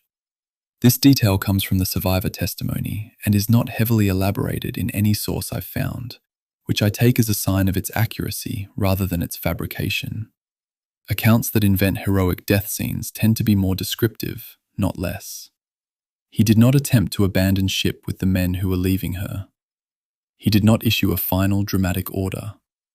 He was on the bridge when de Ruyter's list became irreversible, and he stayed there. The Dutch Commission's assessment doesn't characterize this choice in evaluative terms. It simply records it. What Dorman thought during those 3 hours, as the fire spread and the flooding deepened and his flag came down for the last time, is not in the archive. That silence is actually the most accurate thing about the record. Houston and Perth had received a signal, attributed to Dorman, though whether he transmitted it personally or it was sent on his authority by a staff officer, is one of those archival ambiguities that cannot be fully resolved, ordering them not to stop and pick up survivors, and to proceed to Batavia. The signal is documented in the USN combat narratives, and in Hornfish's account of the Java Sea campaign. Its effect was straightforward. The 2 surviving Allied cruisers departed the scene. They left de Ruyter burning. They left Java, which had already gone under. They left the men in the water, and they headed for the Sunda Strait. This was the operationally correct decision, in the sense that stopping in Japanese-controlled waters in a damaged ship to conduct a rescue operation in the dark would almost certainly have resulted in the loss of Houston and Perth, without meaningfully improving the situation for de Ruyter's crew. It was also, from any other angle, an abandonment. Both things are true simultaneously, and the historical record should be honest about that tension, rather than resolving it in favour of one reading. Java had gone down 4 minutes before de Ruyter was struck. The torpedo that hit her was from Nachi, one of 8 torpedoes fired in the night salvo. The detonation at her stern ignited her magazine, and the resulting explosion was so violent that 100 feet of the ship's aft section was simply gone. Other ships in the formation reported feeling the heat. Java sank in approximately 15 minutes. 19 of her crew of roughly 530 men survived. These 19 people were in the water when Houston and Perth turned away. The mathematics of that survival rate, roughly 3.5%, doesn't leave much room for narrative framing. Most of Java's crew went into the Java Sea and did not come out of it. I've returned several times in working through this part of the archive to the question of what the 3-hour sinking of Dorota actually meant for the men aboard her. Military history tends to compress time. An engagement that lasted 7 hours becomes a paragraph. A sinking that took 3 hours becomes a sentence. But those 3 hours were real hours, measured in whatever way a man measures time when he knows what is coming and cannot stop it. The flooding sensor systems were offline. The communication systems were offline. The men who were alive and mobile were working in darkness, in smoke, on a ship that was visibly tilting, trying to apply their training to a situation that their training hadn't been specifically designed to address. The damage control doctrine worked on the assumption that you'd have water pressure, you'd have power, you'd have your trained team. Dorota had none of these things after the first 30 seconds. The wreck of Dorota was discovered in December of 2002 by the dive vessel MV Empress, working in the area where the battle records and the known currents suggested she had gone down. The ship was found in a state the dive team described as very well preserved, save for battle damage. The bow was intact. The bridge structure was intact. The torpedo damage to the hull was visible and clearly consistent with the survivor testimony about where the strike had occurred. The wreck was at a depth of roughly 100 to 120 meters, deep enough to be difficult to reach, shallow enough to be within the range of technical diving. For the families of the 367 men who had gone down with her, and for the Dutch government, which had been managing the legal status of the wreck as a war grave since the end of the war, the discovery provided something that had been missing for more than 6 decades: a location, a place. The question of how nations memorialize distant, underdocumented naval defeats is a live one in Dutch public memory, and it was directly engaged by the De Ruyter discovery. The Dutch military held its first formal national commemoration of the Java Sea battle in 2002, coinciding with the announcement of the wreck location. 60 years had elapsed. The battle, by most accounts, was not part of the standard Dutch school curriculum in any detailed form. Many Dutch students in 2002 would have been unfamiliar with Doorman's name. This is not a comfortable fact, but it isn't surprising either. The Java Sea was a total defeat, a colonial loss, and the end of a chapter of Dutch history that the post-war Netherlands had complicated feelings about, for reasons that go well beyond the naval battle itself. Defeats that produce no redemptive arc are harder to teach than defeats that precede eventual victory. The Java Sea produced no arc. It produced a wreck, a silence, and 60 years of families with nowhere to go. The night of the 27th of February, 1942 ended with 2 Dutch cruisers at the bottom of the Java Sea, the Allied striking force functionally destroyed, and Doorman dead. Houston and Perth were running south toward the Sunda Strait. The 4 American destroyers were running for the Bali Strait, low on fuel and out of torpedoes. HMS Encounter was in Surabaya, having delivered Kortenaar's survivors, and would shortly be tasked with escorting the crippled Exeter out of the theatre. Java itself, the island, the objective, the reason any of these ships had been in the region at all, would receive the Japanese invasion troops the following day. The convoy that Doorman had been ordered to stop was never intercepted. It completed its transit and put troops ashore on the 28th, one day after the battle that was supposed to prevent it. All of that death, all of that wreckage, and the convoy landed anyway. 1 day's delay. That's what it bought. Chapter 8. Running for Shelter. The Survivor's Night. Houston's war diary entry for the 28th of February 1942 is 14 words long in its most operationally significant section. Ship proceeded to Tanjong Priok. Fuel state approximately 50%. No replacement ammunition available.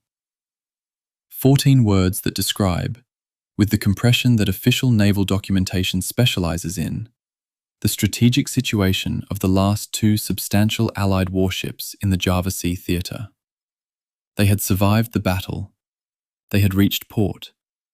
The port could not resupply them. They had roughly half their fuel and a significantly reduced ammunition load. Houston's aft turret still missing, her usable 8-inch rounds diminished by the 7-hour engagement of the previous day.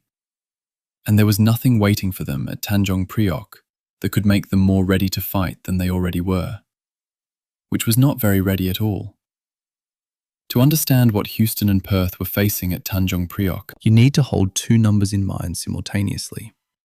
A Northampton-class heavy cruiser like Houston burned approximately 1.1 tons of fuel oil per nautical mile at 15 knots, and roughly 2.8 tons per nautical mile at her maximum speed of around 32 knots. With approximately 50% fuel capacity remaining, somewhere in the range of 600 tons, she had a combat radius at maximum speed of roughly 215 nautical miles before she'd need to stop and refuel. The Sunda Strait, which was the designated route for their escape to the Indian Ocean and ultimately Australia or Ceylon, was approximately 200 nautical miles from Tanjong Priok. There was almost no margin. If anything went wrong, if they had to maneuver at full speed for an extended period, if they took damage that increased fuel consumption, the margin disappeared entirely. And at Tanjong Priok, there wasn't enough fuel to top up to full capacity. The oil shortage was genuine, documented, and was not a command failure. It was a logistics failure that had been accumulating for weeks. The American destroyers told a different story, and it's worth following their path briefly before returning to Houston and Perth, because it's the only story from the evening of the 27th that ends without a sinking. USS John D. Ford, Alden, Paul Jones, and John D. Edwards had expended all their torpedoes during the afternoon engagement and were operating close to their fuel limits. Around 21:15 hours, they detached from Dorman's force. This is documented in the USN combat narratives, and headed for Surabaya. They had fought. They had fired everything they had. They had nothing left to contribute to the night action. Dorman acknowledged their departure and continued without them. The 4 destroyers reached Surabaya, refueled where they could, and then made for the Bali Strait. In the Bali Strait, they encountered a group of Japanese destroyers: Hatsuharu, Nenohi, Wakaba, and Hatsushimo, and there was a brief exchange of gunfire in which neither side scored hits. The American destroyers continued south. They reached Fremantle, Australia. They were the only Allied combat vessels from the combined striking force to escape the Java Sea theatre entirely intact. In a campaign defined by destruction, 4 American destroyers made it home, and history has been slightly uncertain about what to do with that fact ever since. HMS Encounter's night was entirely different. After picking up the 113 survivors from Kortenar and delivering them to Surabaya as ordered, she was assigned to the Exeter escort mission, the attempt to get the crippled heavy cruiser out of the theatre and to safety. Exeter was in Surabaya, where emergency repairs were underway. 6 of her 8 boilers were destroyed. The engineering teams worked through the night and the following day to restore whatever propulsive capacity could be restored. They managed partial power, enough to make somewhere around 15 knots, which was just under half of Exeter's designed maximum speed of 32 knots. For a ship trying to transit the Java Sea and reach Ceylon before Japanese forces located her, 15 knots was not a comfortable margin. The Japanese air forces knew roughly where she was. The Japanese surface forces, after the events of the 27th, were operating throughout the region in numbers that made any Allied transit a significant gamble. USS Pope was assigned to assist in Exeter's escort when the destroyer Witter de With was damaged by Japanese air attack and unable to continue. This assignment, a single American destroyer of 1,190 tons, together with a British destroyer of 1,350 tons, escorting a crippled 8,390-ton heavy cruiser across an ocean that Japan was actively controlling, tells you most of what you need to know about the state of Allied resources by the evening of the 27th of February. There were no other ships. Pope was what was available. Encounter was what was available. Exeter had to be saved if it was humanly possible to save her, because she was the most capable surface warship the Allies had left in the theatre, and because abandoning her in Surabaya meant either scuttling her or surrendering her to the Japanese, neither of which was acceptable. So 3 ships sailed east through the Java Sea on the morning of the 1st of March, moving at the speed of their weakest member, on a course towards Ceylon that required them to pass through waters that the Japanese were, at that precise moment, systematically sweeping clear of Allied vessels. Houston and Perth had meanwhile made their decision. They could not stay at Tanjung Priok. The port was under air attack, supplies were inadequate, and staying meant waiting for the Japanese invasion of Java that was already underway. They had been ordered to sail through the Sunda Strait to Cilacap, on the southern coast of Java, and then south toward Australia. They departed Tanjung Priok at 1900 hours on the 28th of February. The HNLMS Evertson was supposed to sail with them, but was delayed by a technical problem and left approximately 2 hours later. Houston and Perth entered the Sunda Strait expecting it to be clear. It was not. What was waiting for them in Bantam Bay was the Western Java Invasion Fleet, 56 transport ships with their cruiser and destroyer screen. This was the western component of the same invasion force that Dorman had died trying to stop approaching from the east. The Dutch hospital ship SS Op 10 Noord had sailed toward the battle area to rescue survivors, as hospital ships do. She was intercepted by Japanese destroyers, Amatsukaze and Hatsukaze, after the battle. Captain Hara, commanding Amatsukaze, examined the ship through his binoculars and watched the Dutch captain walk on deck. The inspection confirmed there were no patients aboard, only crew and medical staff. Op 10 Noord was escorted to Singapore, where she was converted into a prison ship. This detail, a hospital ship, flying the Red Cross, built to carry survivors, turned into a vessel for holding prisoners, has a quality that is hard to categorize without sounding rhetorical. It happened. It is in the Japanese destroyer records and in Hara's memoir. The ship built to rescue the battle's survivors was used instead to hold the survivors who were unlucky enough to be already captured. Not every irony of the Java Sea is subtle. There is a detail from this chapter of the campaign that does not appear in most accounts, and I think it deserves more attention than it gets. USS Langley, the United States Navy's very first aircraft carrier, which had been converted to a seaplane tender and was serving in that role by 1942, was sunk by Japanese land-based aircraft on the 27th of February, the same day as the main Java Sea battle. She was carrying 32 Army Air Force P-40 fighter aircraft intended for the defense of Java. 32 fighters. The Java Sea battle was being decided, in part, by the complete absence of Allied air cover, a gap that Dorman had specifically requested be filled and had been told could not be filled. Those 32 aircraft were going down in the Indian Ocean at roughly the same time as Dorman's fleet was being destroyed in the Java Sea. Whether they could have changed anything is genuinely uncertain, but their loss on that specific day, at that specific time, is the kind of historical coincidence that feels, in retrospect, like a system collapsing from multiple directions simultaneously. The night of the 27th of February and the day that followed it were, in the most direct sense, the end of Allied naval resistance in the Dutch East Indies. Not because there were no ships left. There were still Houston, Perth, Exeter, Pope, Encounter, and a handful of smaller vessels. But because the strategic situation had already been decided. Java was being invaded. Surabaya was under air attack. Tanjung Priok couldn't supply the remaining ships. The naval base infrastructure that an ongoing defense would require was degraded past the point of useful function. What remained was not a defense. It was a series of individual ships trying to survive long enough to reach waters where survival was possible. Some of them would manage it. Most would not. Chapter 9. Ambush in Bantam Bay. The Battle of Sunda Strait. At approximately 11 o'clock on the night of the 28th of February, 1942, lookouts aboard HMAS Perth sighted masts and superstructure in the darkness of Bantam Bay.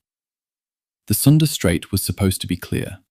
Perth and Houston had received no intelligence to the contrary before they departed Tanjung Priok.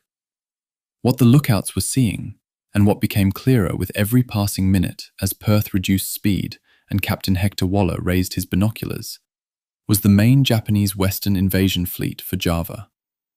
56 transport ships, their cruiser and destroyer escort, the heavy cruisers Mogami and Mikuma, the light cruiser Notori, and a screen of destroyers that collectively outweighed anything Perth and Houston could put against them by a factor of several. Captain Waller's reported reaction, documented in survivor accounts, was a brief and entirely accurate assessment of the situation that I will decline to quote verbatim, but can confirm involved neither composure nor profanity moderation. What Waller did next is worth examining in some detail because it tells you something about how trained naval officers respond to situations that are beyond their tactical options. He didn't turn back.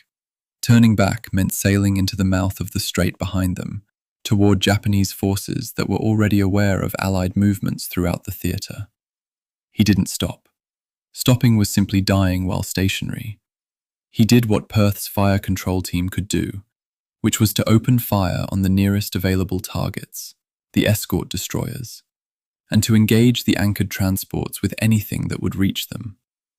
Perth's 6-inch guns opened up. Houston's 6 remaining 8-inch guns joined in. For a brief period, perhaps 15 to 20 minutes, 2 Allied cruisers with diminished ammunition and half-empty fuel tanks were fighting the entire Western Java invasion fleet, in a bay they had accidentally sailed into in the dark. In any rational operational calculus, this is an impossible situation with a predictable outcome. It is also, in a purely documentary sense, one of the most extraordinary engagements in Pacific naval history. Perth scored hits. This is worth stating because it tends to get lost in the narrative of catastrophic Allied defeat that the Battle of Sunda Strait represents. Her 6-inch shells hit destroyer Shirayuki on the bridge. Houston's 8-inch rounds struck the heavy cruiser Mikuma, temporarily disabling her electrical power. Both Allied ships were maneuvering, firing, and, for the first frantic minutes, not taking devastating hits in return, partly because the initial Japanese destroyer screen had not expected to find enemy cruisers in Bantam Bay, and their reactions were correspondingly disordered.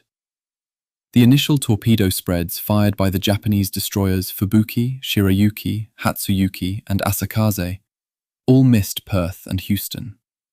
All of them. This was the beginning of a pattern in the Battle of Sunda Strait that no one had anticipated, and that the post-battle investigations found deeply strange. The Japanese torpedoes that missed Perth and Houston didn't stop in the water. They continued across Bantam Bay and struck the anchored Japanese transport fleet. The minesweeper WW2 went down. The transports Sakura Maru and Tatsuno Maru were hit and sunk. The depot ship Shinshu Maru was struck. A Japanese hospital ship was also damaged. Altogether, 5 Japanese vessels were sunk in the Battle of Sunda Strait.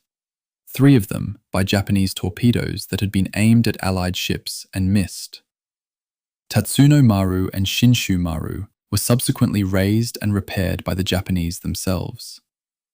But the total Japanese tonnage sunk by friendly fire in Bantam Bay exceeded the total damage that any Allied weapon had inflicted on any Japanese warship during the entire Java Sea campaign of the preceding 48 hours.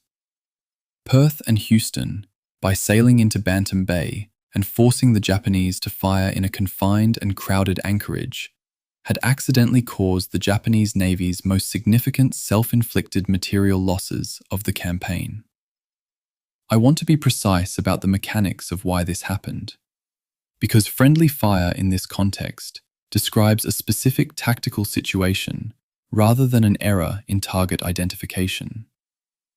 When multiple Japanese destroyer and cruiser units fired torpedo spreads at Perth and Houston in the confined waters of Bantam Bay, the geometry of the engagement meant that torpedoes which missed their Allied targets, and the Allied ships were maneuvering frantically at high speed, had nowhere to go except across the bay. The anchored transport fleet was directly behind the Allied ships from the Japanese firing positions. The Type 93 torpedo, running at 50 knots with a range measured in tens of thousands of yards, doesn't stop when it misses its primary target. It keeps running. In open ocean, missed torpedoes run until they exhaust their propulsion and sink harmlessly. In a crowded anchorage in the dark, they run into the next thing they encounter. That thing in Bantam Bay on the night of the 28th of February was Japan's own invasion fleet. The heavy cruisers Mogami and Mikuma eventually brought their weight of fire to bear on Houston. The sequence of damage to Houston in the final phase of the battle, documented in the NHHC Houston ship record, involved roughly 30 shell hits and 2 torpedo hits before the abandoned ship order was given. Perth was struck by torpedoes from multiple sources over a period of perhaps 20 minutes, the hits coming in rapid succession from different bearing points as multiple Japanese ships found their range. Perth's captain, Hector Waller, went down with his ship. She sank in approximately 20 minutes after taking her first mortal hits. 353 of her crew were killed or died subsequently in captivity. The men who survived the sinking entered the Sunda Strait in the dark, in shark-frequented water, uncertain whether any rescue would come, and aware that the Japanese forces surrounding them had no particular obligation to provide it. HNLMS Evertsen, the Dutch destroyer that had been delayed in Tanjung Priok and followed Perth and Houston into the strait about 2 hours later, saw the gun flashes of the main action from a distance, and her captain managed to navigate around the Japanese main force. This was a significant piece of seamanship under extreme pressure. She didn't escape the strait entirely, however. She was subsequently found by the Japanese destroyers Murakumo and Shirakumo, hit by at least 7 5-inch shells, set on fire, and in a sinking condition. Her captain grounded her deliberately on a reef near Sabuku Island, a decision to sacrifice the ship in order to save the crew, rather than allowing her to go down in deep water, where the survivors might not make shore. She exploded as the last crewman abandoned her. The aft magazine went, and what was left of Evertsen settled on the reef. The crew survived in significant numbers. The USS Houston Association, veterans and their families based in Texas, kept the memory of the ship and her crew alive for decades after the war, through annual reunions, commemorative events, and sustained advocacy for recognition of what had happened in the Java Sea and the Sunda Strait. The city of Houston maintained a particular connection to the ship that bore its name. Houston's bell, recovered from the Java Sea, was eventually placed in Houston City Hall. This kind of sustained communal memory, maintained outside official channels, by families and survivors and their descendants, represents something that institutional commemoration often fails to achieve. The governments that ordered these ships to sea in February of 1942 were slow to formally account for what happened to them. The families were not slow. The families were there from the beginning. The Battle of Sunda Strait ended with Houston and Perth at the bottom of the strait, more than 1,000 survivors in the water, Evertson on a reef, and the Japanese invasion of Java proceeding without meaningful naval opposition. The survivors who were picked up by Japanese vessels, by Indonesian fishing craft, by whatever happened to be near enough to reach them, entered Japanese captivity. Many of them would spend the next 3.5 years in conditions that require their own chapter, which is coming. What is worth noting here is that the Japanese Western Invasion Fleet, despite losing 5 ships to its own torpedoes in Bantam Bay, completed its unloading operations on the Javanese coast essentially on schedule. The invasion it had been carrying didn't pause for the battle that had tried to stop it. The transports discharged their troops. Java received its invaders. Chapter 10. The Last 3 Ships. Exeter's Second Death. The USS Pope's Action Report, preserved at the ibiblio.org Hyperwar Archive, filed under USS DD-225, and covering the events of the 1st of March, 1942, is one of the most specific primary documents of the Java Sea campaign. Lieutenant Commander Welford Blinn, commanding Pope, was a methodical recorder of events. His report gives times, bearings, and observed actions with the kind of precision that makes it useful, not merely as testimony, but as a technical reconstruction of what happened. The relevant passage, for the purposes of understanding how the Second Battle of the Java Sea ended, reads approximately as follows. At about 11:40, HMS Exeter and HMS Encounter were put out of action and sunk shortly thereafter. At 12:30, 6 cruiser-borne planes began dive-bombing Pope. 6 planes for 1 destroyer. That ratio describes, with accidental economy, the strategic situation of the entire Allied force by the morning of the 1st of March, 1942. Exeter had left Surabaya on the morning of the 1st of March, with whatever the engineering teams had managed to restore of her propulsive capacity. 6 of her 8 boilers were gone, destroyed by Haguro's shell on the afternoon of the 27th.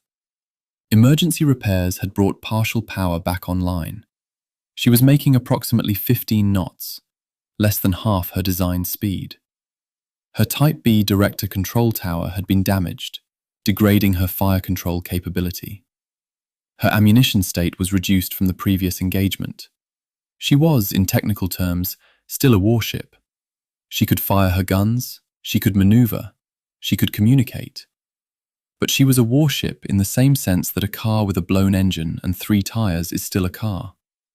The fundamental systems were compromised in ways that changed every tactical calculation. The 3-ship group, Exeter, Encounter, Pope, transited the Java Sea during the night of the 28th of February and into the morning of the 1st of March, heading toward open ocean and the relative safety of Ceylon. For several hours they were not found. The Java Sea is not a small body of water, and finding 3 specific ships in it at night, without air reconnaissance, is not trivial. The Japanese search effort was ongoing, but not yet successful. Then, at roughly 1000 hours on the 1st of March, the Japanese heavy cruisers Myoko and Ashigara located the group.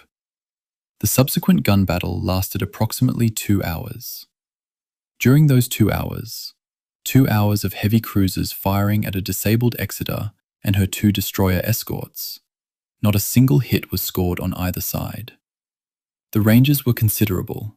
Exeter was maneuvering as best her reduced speed allowed, and the Encounter produced noise and smoke and expenditure of ammunition, and no useful result for either party. Then Haguro and Nachi arrived, the same 2 ships that had crippled Exeter on the 27th, that had killed Java and De Ruyter and Dorman, arrived on the scene of their unfinished business. 4 minutes after they appeared and opened fire, an 8-inch shell from one of them, the attribution between Haguro and Nachi on this specific hit is not conclusively established in the sources I've reviewed. Struck Exeter and destroyed what was left of her boiler capacity. She slowed to a stop. Without propulsion, without fire control, with her guns increasingly silenced by subsequent hits, there was nothing more the ship could do. Her captain gave the order to scuttle and abandon ship. The crew opened the seacocks and went over the side.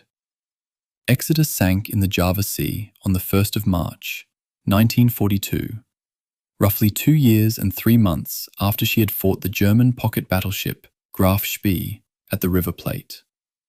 Most of her crew survived the sinking itself. Many would not survive what came after. I've mentioned earlier in this series that Haguro and Nachi were nearly out of 8-inch ammunition by the time they found Exeter on the morning of the 1st of March. The CombinedFleet.com Imperial Cruisers research entry, which draws on Japanese operational records, notes that both ships had been continuously engaged since the 27th and had expended the vast majority of their main gun ordnance. They sank Exeter with their last significant salvos and then withdrew. This detail tends to disappear in the standard narrative because it doesn't fit the clean story of overwhelming Japanese firepower destroying the last Allied resistance. The reality was slightly different. The Japanese ships that finished Exeter were doing so at the absolute end of their ammunition. Had the Exeter Group's transit been delayed by even a few hours, had the engineering teams in Surabaya needed another morning to restore partial power, Haguro and Nachi might have arrived at a different supply state. This is not a counterfactual designed to suggest the outcome would have been different. It is an observation about how specific the margin was. HMS Encounter was destroyed by concentrated fire from the Japanese destroyer squadron and, subsequently, the heavy cruisers. Destroyers Kawakaze and Yamakaze scored hits that destroyed her steering gear and reduced her speed, and the heavier guns finished her. She went down in the Java Sea on the 1st of March. Pope initially escaped the main gun engagement. She had maneuvered outside the zone of fire during the final attack on Exeter, and for a brief period appeared to have a chance of breaking away and reaching open water. Then the carrier aircraft appeared. Light carrier Ryujo had launched planes specifically to hunt for the escaping Allied ships. 6 dive bombers found Pope at approximately 12:30 hours and began their attack. The bombing crippled her. Gunfire from Miyoko and Ashigara finished the job. Pope capsized and sank, her survivors joining the men from Exeter and Encounter in the Java Sea. The combined displacement of the 3 Allied ships lost on the 1st of March, Exeter at 8,390 tons, Encounter at 1,350 tons, and Pope at 1,190 tons, totals approximately 10,930 tons. The Japanese force that destroyed them exceeded 45,000 tons, not counting the carrier air wing. The Allied ships inflicted precisely 0 Japanese casualties in the Second Battle of the Java Sea. 0. They fired their guns, they maneuvered, they used the ordnance and the fuel they had. They hit nothing that mattered. This is not a criticism of the men who fought those ships. It is an honest accounting of what 3 significantly outmatched vessels in deteriorated material condition could achieve against 4 Japanese heavy cruisers with air support. The mission-capable versus combat-capable distinction is one that contemporary naval readiness reporting struggles with, in ways that the Exeter story illustrates almost perfectly. Exeter was, on the morning of the 1st of March, mission-capable in the sense that she could move under her own power and fire some of her guns. She was not combat-capable in the sense of being able to fight at a level that gave her any meaningful probability of affecting the outcome of an engagement against superior forces. The distinction matters because it affects how commanders assess their options and how planners assign tasks to available assets. A ship that is described as operational may be anywhere on a spectrum from fully ready to fight to can technically move and technically shoot. Exeter was at the low end of that spectrum on the 1st of March, and everyone involved knew it. and she was sent anyway because there was nothing else to send. The survivors of all three ships, Exeter, Encounter, and Pope, who came through the sinkings themselves and were subsequently picked up by Japanese vessels, entered the Japanese prisoner of war system. They joined the Houston and Perth survivors, the Cortana and Electra survivors, and the scattered remnants of the Allied naval force that had been in the Java Sea and the surrounding waters since the 27th of February. What happened to those men across the next 3.5 years is a story that the tactical naval history of the Java Sea tends to leave at the water's edge. It shouldn't. The battle's full cost was not paid on the 27th of February or the 1st of March. It was paid slowly, in camps that bore no relationship to the clean geometry of naval gunnery ranges, over years that are harder to narrate than battles, but represent the actual human residue of everything described in the preceding chapters. Chapter 11. Java Falls. The week the Dutch East Indies died. The final official communication transmitted by the Netherlands East Indies colonial government from Bandung was sent on the 8th of March, 1942.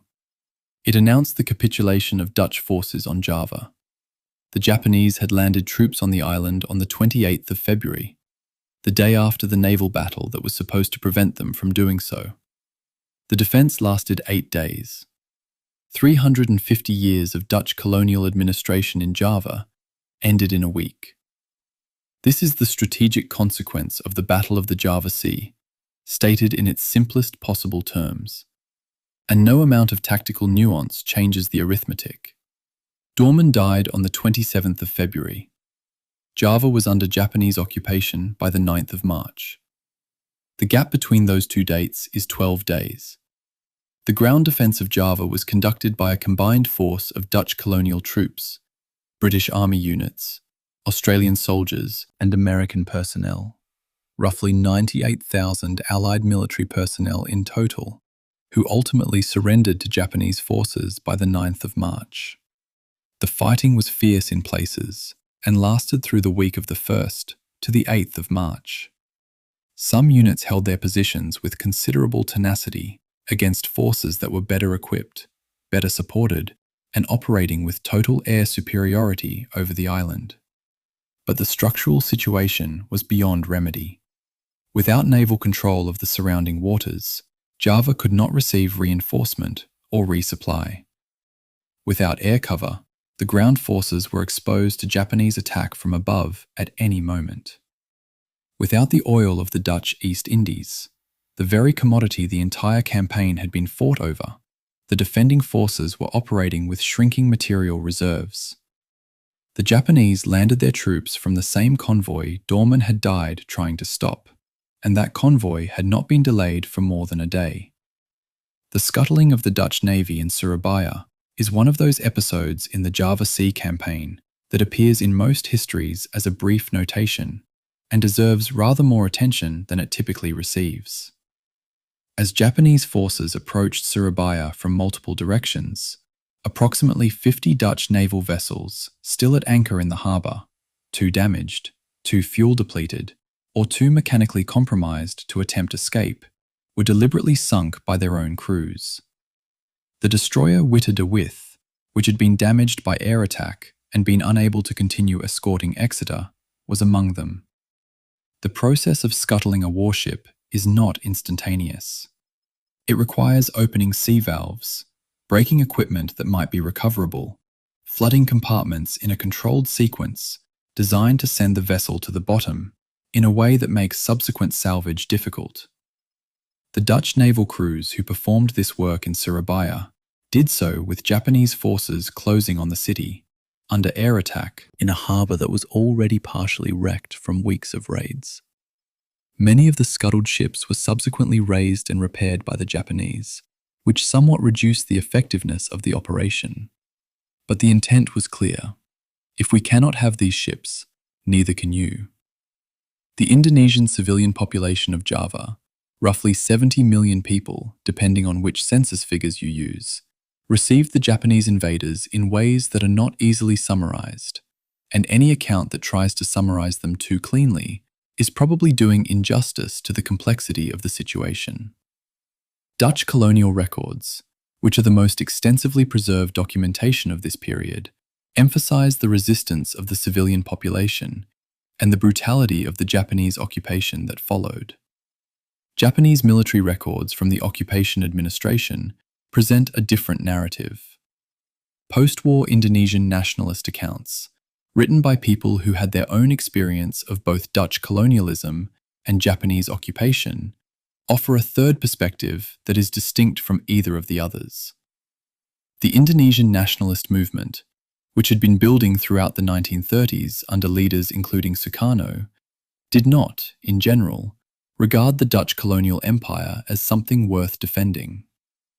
They were not welcoming Japanese imperialism either. They were navigating, as carefully as the situation permitted, a period in which two different external powers were fighting over their country, while neither particularly consulted them about it. The execution of Allied prisoners of war and Indonesian civilians during the Japanese invasion and subsequent occupation is documented in the historical record, and the Wikipedia account of the battle campaign specifically notes this. The death rate among Western Allied prisoners of war in Japanese captivity, roughly 27%, was dramatically higher than the 4% death rate among Western Allied prisoners held by Germany and Italy.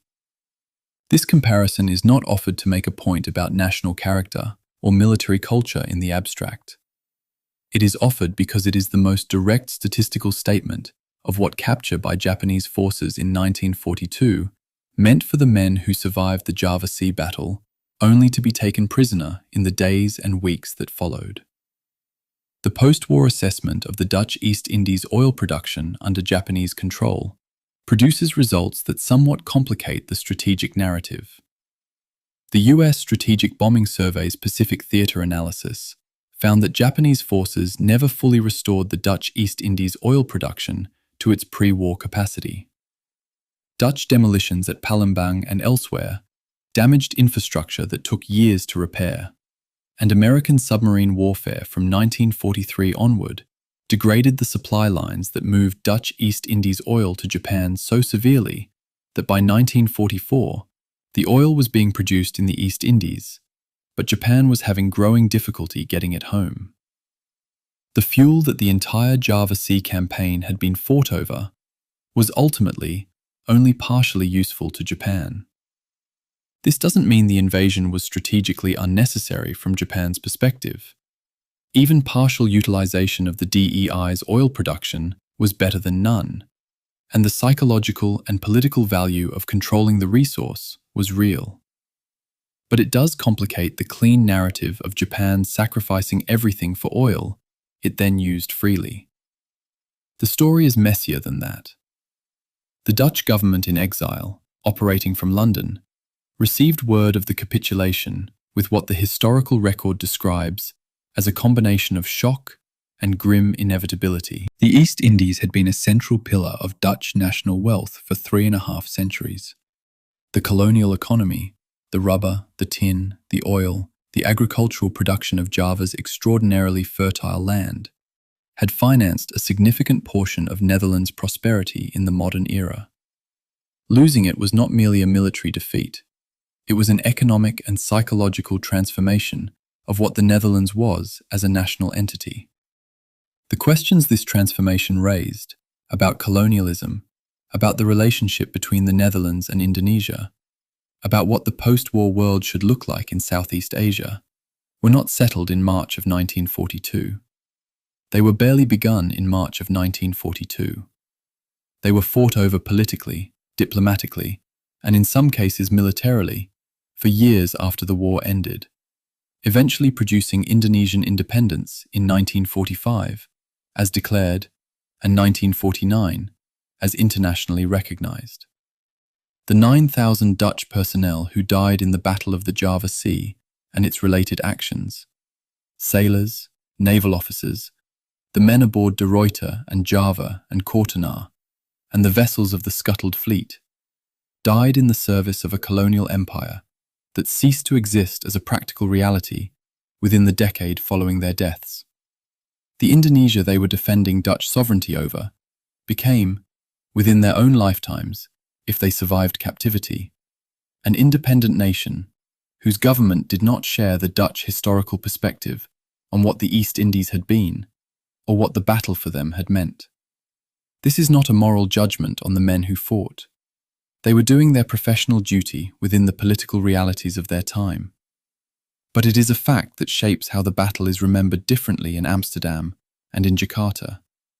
And those different memories are both legitimate responses to the same historical events.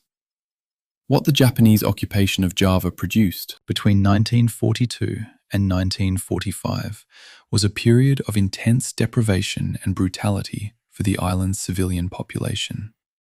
Forced labor, the Remusha system, conscripted hundreds of thousands of Javanese workers for Japanese military construction projects, including the Burma-Thailand Railway and other infrastructure.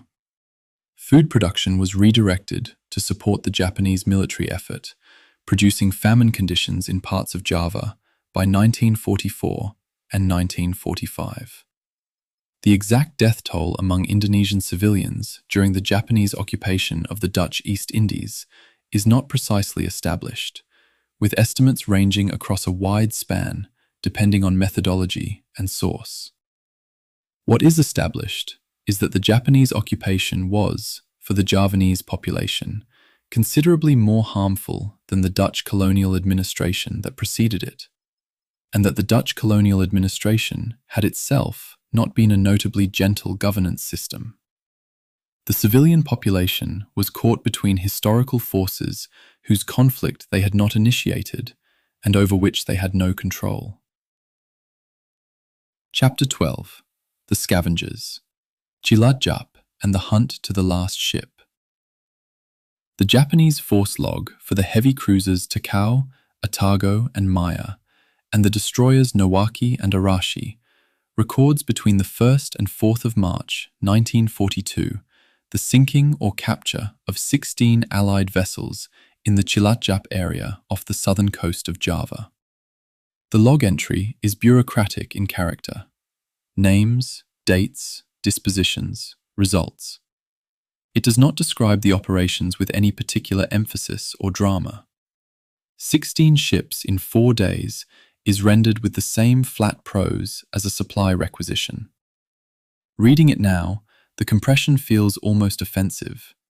16 ships in 4 days represents, in human terms, hundreds of men dead or captured, dozens of individual acts of seamanship and courage and desperation that the log reduces to a column of names and a notation of outcome.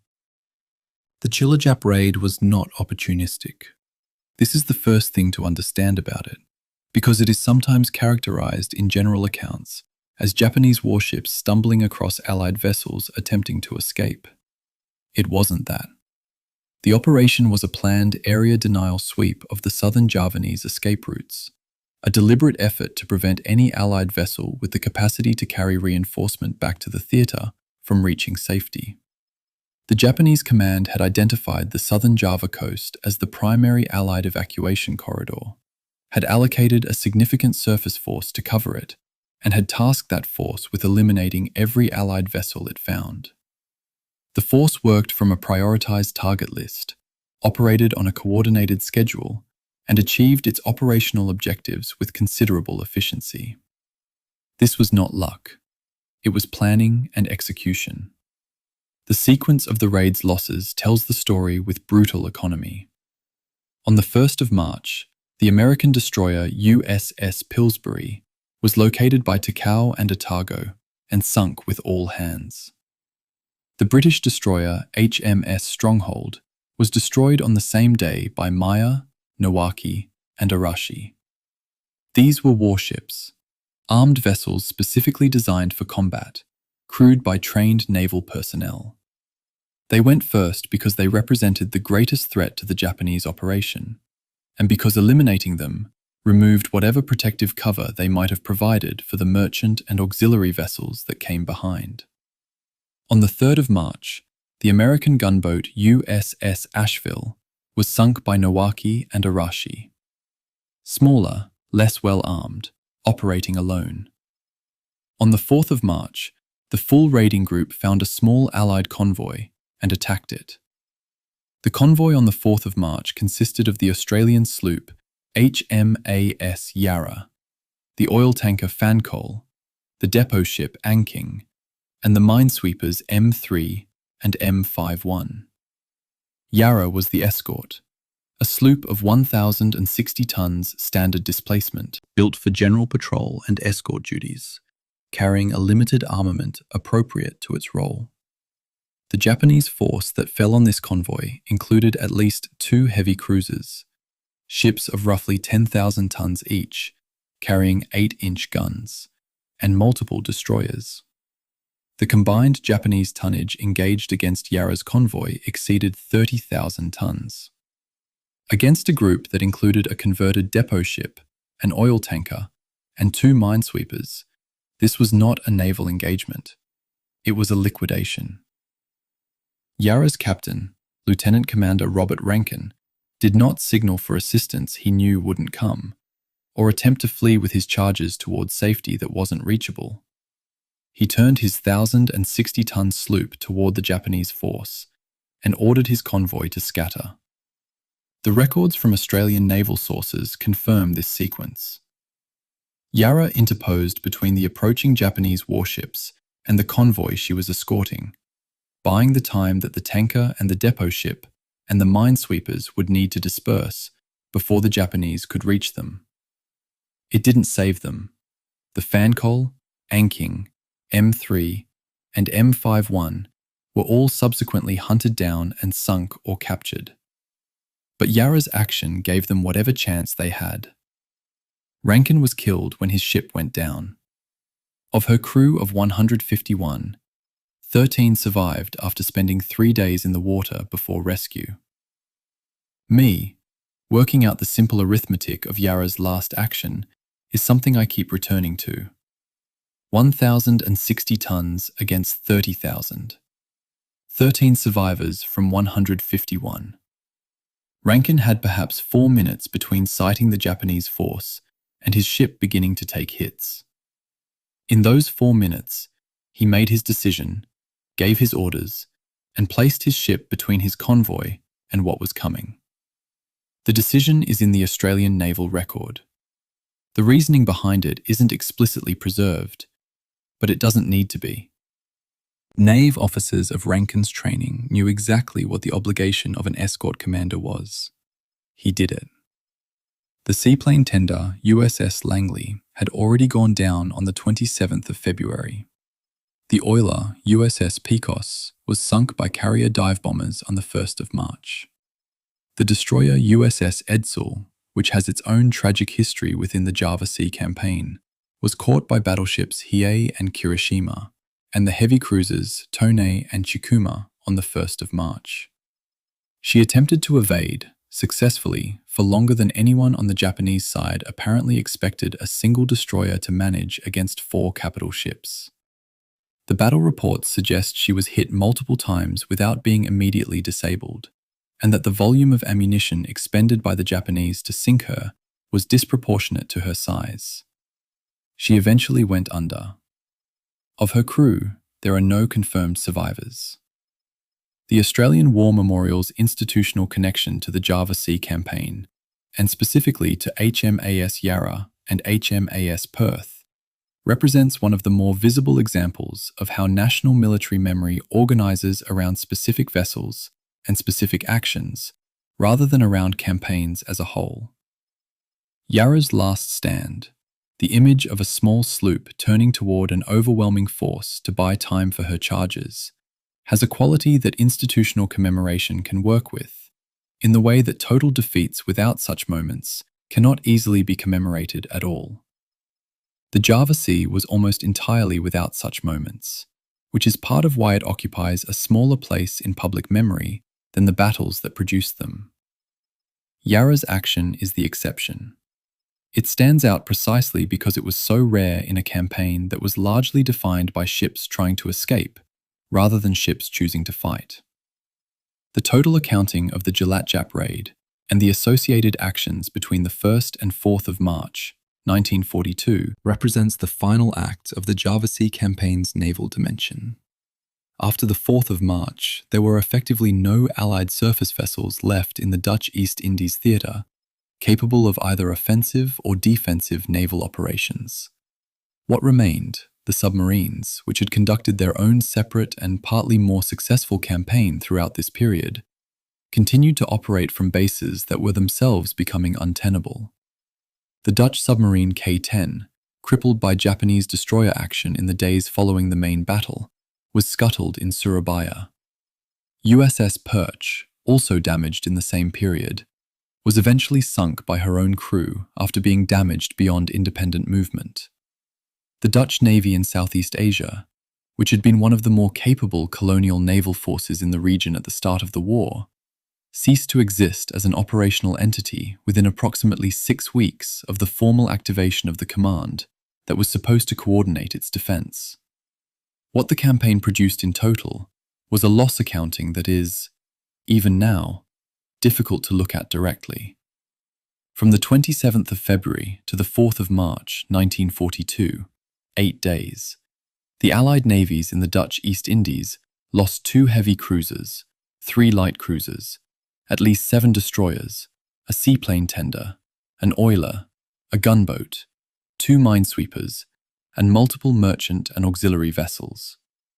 Against this, the Japanese lost in direct combat 0 warships sunk, a number of transport vessels to friendly fire in Bantam Bay, and approximately 36 sailors killed across all engagements. The asymmetry of that result doesn't explain itself through Japanese excellence alone. It explains itself through Allied unpreparedness, structural dysfunction, intelligence failure, logistical inadequacy, and the political decisions made in the months preceding the battle that sent ships to sea without the resources they needed. All of those things are in the archive. They are not comfortable reading. Chapter 13. The Bodies in the Water. Survival, Capture, and the Burma Railway. There is a moment in James Horn Fisher's account of the Java Sea campaign, drawn from the dozens of survivor testimonies he spent years collecting for his book, Ship of Ghosts, published in 2006, where a USS Houston sailor describes the transition from the water to captivity. He had survived the sinking. He had survived hours in the Sunda Strait. He had been pulled from the water by a Japanese vessel. And then he was a prisoner of war, which is a category of experience that naval combat histories almost universally treat as the end of the story. It isn't the end of the story. For approximately 600 of the men who survived the Java Sea battles, captivity was the longest and most destructive chapter of the entire experience. The naval action lasted 7 hours on the 27th of February. The captivity lasted 3.5 years. Of USS Houston's complement who survived the Sunda Strait sinking, approximately 1,068 men, roughly 368 died in Japanese captivity. That is a mortality rate of approximately 34% among men who had already survived the battle and the sinking. They were not killed in combat. They died of cholera, dysentery, malaria, beriberi, and the physical consequences of forced labor performed on rations of approximately 600 to 800 calories per day in tropical conditions without adequate medical care. The Burma-Thailand Railway, the 415-kilometer construction project that connected Bangkok to Rangoon through some of the densest and most disease-ridden jungle in Southeast Asia, was built largely by Allied prisoners of war and conscripted Asian laborers using hand tools because the Japanese military administration had decided that human muscle was more efficiently available than mechanical equipment in the specific logistical context of the campaign.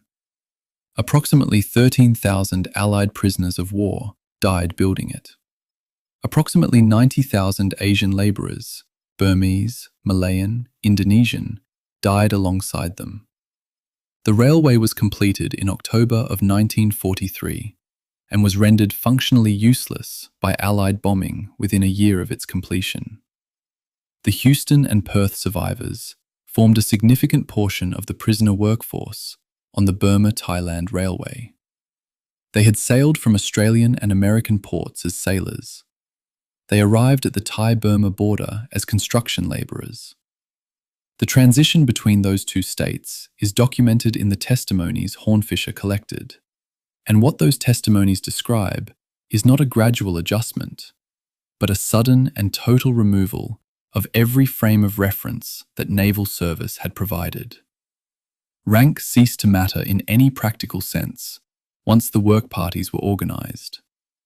Professional identity, I am a gunner, I am an engine room artificer, I am a signals officer, became irrelevant.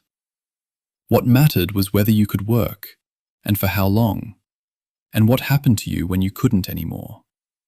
The specific conditions of the Burma-Thailand railway construction camps varied by location and by the character of the Japanese and Korean guards assigned to them. But certain features were consistent across the accounts. Food was inadequate, systematically and deliberately so, not through administrative incompetence, but through an official policy that tied ration allocation to work output. Men who were too sick to work received reduced rations. This policy produced a feedback loop of deterioration. Reduced rations led to accelerated physical decline, which led to reduced work capacity, which led to further reduced rations. Cholera moved through the camps with particular speed because the sanitation infrastructure, latrines, water sources, drainage, was inadequate for the density of the population and the volume of sick men. Medical officers among the prisoners and the Houston and Perth survivor groups included naval medical personnel, improvised treatment with essentially no supplies, and documented the case progressions in records that were sometimes hidden from Japanese authorities to prevent the most severely ill prisoners from being identified and separated from their work parties. The Houston survivors who worked on the Burma-Thailand Railway were building infrastructure for a military campaign that had begun with the destruction of their ship. The logical connection between the Java Sea, which secured Japan's supply lines, and the Burma-Thailand Railway, which extended Japan's logistical reach into mainland Southeast Asia, was visible in the broad strategic picture that no individual prisoner could see from inside a construction camp. Some of those men, according to testimonies in the Hornfischer collection, were aware of the connection in general terms, aware that they had been captured in the context of a campaign to secure Japan's resource base, and were now being used as a resource in the next stage of Japan's expansion. Whether that awareness made the experience more or less bearable is not a question the testimonies answer cleanly. What the testimonies do describe, with a consistency that cuts across the different ships and different nationalities of the prisoner population, is the importance of internal social structures to survival. Men who maintained some form of group identity around their ship, their nationality, their professional specialty, their pre-war civilian background, survived at higher rates than men who became isolated. The Dutch survivors from De Ruyter and Java and Kortenaar formed their own prisoner communities, operating in camps that were sometimes separate from and sometimes adjacent to the British and Australian and American prisoner groups. The language divisions that had been a tactical liability in the battle became, paradoxically, a social asset in captivity.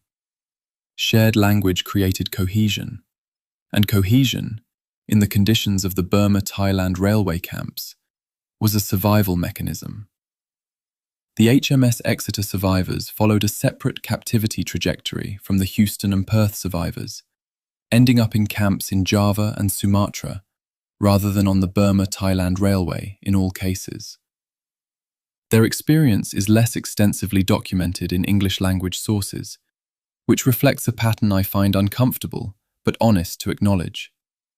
American survivors of the Pacific War received more institutional and journalistic attention in the post-war decades than British survivors of equivalent experiences, partly because American publishers had a larger market, and partly because the American cultural investment in Pacific War memory was more immediate and more financially supported than the British equivalent. The Exeter survivors' accounts exist. They are in British naval archives, in the collections of the HMS Exeter Association, in the personal papers of officers who wrote unpublished memoirs. They are less accessible, less compiled, and less read. The experience was not less. I want to make a specific observation here about what military history tends to do with captivity, which is to treat it as a coda, something that happened after the real story ended. This framing is comfortable for the historian and dishonest about the experience of the prisoners. For the men who survived the Java Sea, the battle was perhaps the most intensely dramatic 12 hours of their lives. But the 3.5 years that followed it were the part that shaped them most permanently. The physical damage from captivity, malnutrition, tropical disease, the long-term effects of vitamin deficiencies, followed survivors into their post-war lives. The psychological damage, which was documented in medical assessments conducted on repatriated prisoners after the war, persisted for decades. Men who had survived a naval battle and 3 years of forced labor returned to civilian life with bodies and minds that carried the cumulative cost of both experiences. The Java Sea's casualty list, if it were fully and honestly compiled, would not stop at the 1st of March 1942. It would run forward to the deaths of men who died in the 1950s and 60s from conditions that originated in camps on the Thai-Burma border. The Tokyo War Crimes Tribunal, conducted between 1946 and 1948, took testimony from Burma-Thailand railway survivors and established the command responsibility framework for prisoner treatment that became foundational to international humanitarian law. The survivor testimonies contributed to convictions and sentences for Japanese commanders responsible for the railway's construction conditions. Houston survivors testified. Perth survivors testified. Exeter survivors testified. The men who had fought in the Java Sea and survived its aftermath became witnesses in the legal proceeding that tried to account for what had been done to them. The legal principles established at Tokyo, that command authority carries command responsibility for the treatment of prisoners under that authority, are cited in international criminal law proceedings to this day. The chain runs directly from the Java Sea's aftermath to the current framework of international humanitarian law. That is not a rhetorical connection. It is a documented institutional lineage. Chapter 14. The Intelligence Failures. What ABDA didn't know, and why. The U.S. Navy's February 1944 survey of captured Japanese naval ordnance, a classified technical document that spent years in restricted archives before becoming available to historians, describes Allied intelligence on the Type 93 torpedo prior to 1943 as essentially absent. 2 words, essentially absent. The authors of that survey were experienced naval engineers, writing in the clipped, qualified language of official technical assessment. Essentially absent is, in that context, a phrase equivalent to, "We knew nothing useful." The Allies went into the Java Sea battle with essentially no accurate intelligence about the primary weapons system that destroyed their fleet. They didn't know it was there. They didn't know what it could do. They fought it anyway, with a tactical doctrine calibrated for a threat that didn't exist, and they paid for the gap between their model and reality in ships and lives. This is the chapter where I have to be direct about something that the tactical histories of the Java Sea tend to avoid by framing the Allied defeat in terms of material inferiority and numerical disadvantage. Material inferiority and numerical disadvantage were real factors, but underneath both of them was an epistemological failure, a systematic failure to know what the enemy was capable of, that shaped every tactical decision at Java Sea in ways that material improvements alone could not have remedied. Dorman's fleet didn't fail to dodge the Type 93 torpedoes because it lacked the speed or the sensors to respond. It failed because nobody in the Allied command understood that torpedoes with a range of 22,000 yards existed. You can't design an evasion tactic for a weapon you don't know is in the water.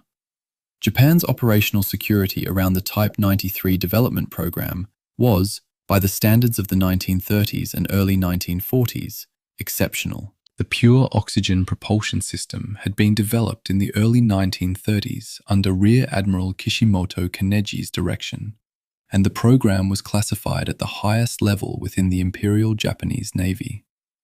Foreign naval attachés stationed in Tokyo in the 30s had no access to operational torpedo specifications. The IJN conducted its torpedo training exercises in restricted waters, with foreign observers excluded. The weapon entered fleet service without producing the kind of observable indicators, procurement records, shipping manifests, training facility construction, that would typically alert foreign intelligence services to a significant capability development.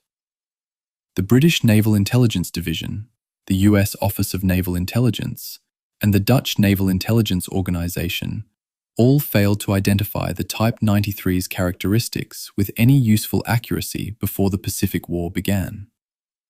This was not their greatest intelligence failure of the pre-war period, and it was also not the result of negligence. The Japanese security around the program was genuinely good. The floatplane reconnaissance asymmetry is a different category of intelligence failure. Not a failure to identify a weapon system, but a failure to fully model the tactical implications of a capability that was documented and known.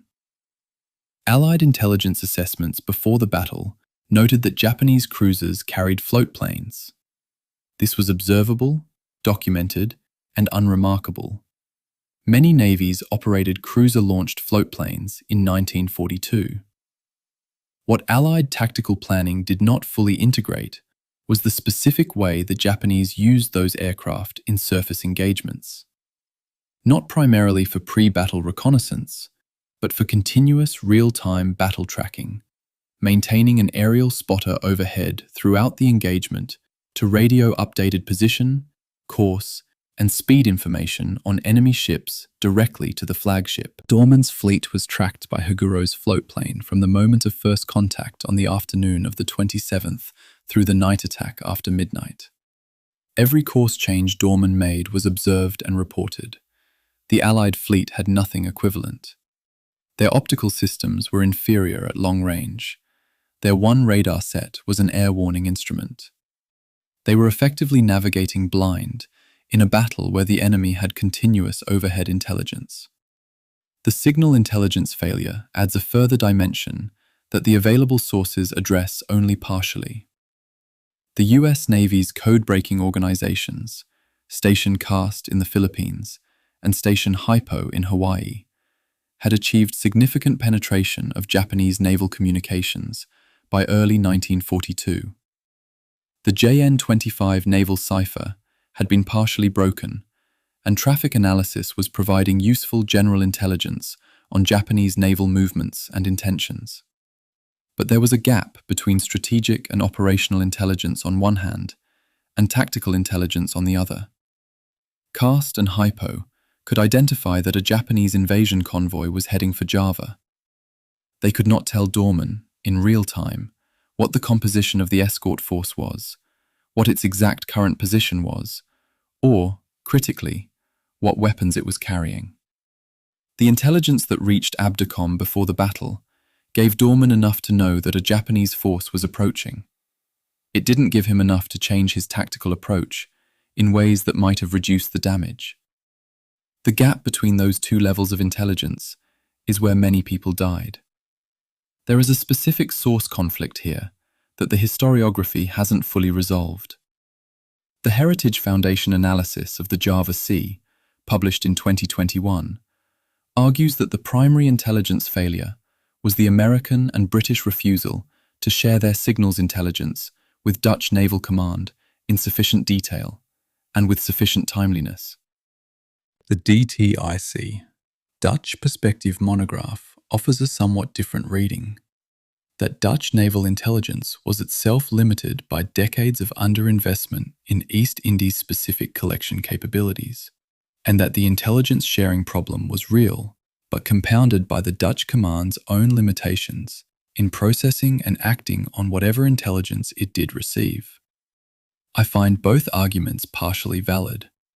The signals intelligence apparatus available to ABDACOM was fragmented by exactly the same national divisions that fragmented everything else about the command structure. Each nation's intelligence organization reported to its own national chain of command. There was no unified ABDA intelligence assessment. There was a collection of national intelligence products that were sometimes shared and sometimes weren't, processed by staff officers who had been working together for weeks rather than years, in a headquarters that was itself under air attack. The post-war transformation in Allied intelligence and tactical capability that followed the Java Sea defeat is worth tracing in some detail, because it represents the institutional learning that came out of the disaster.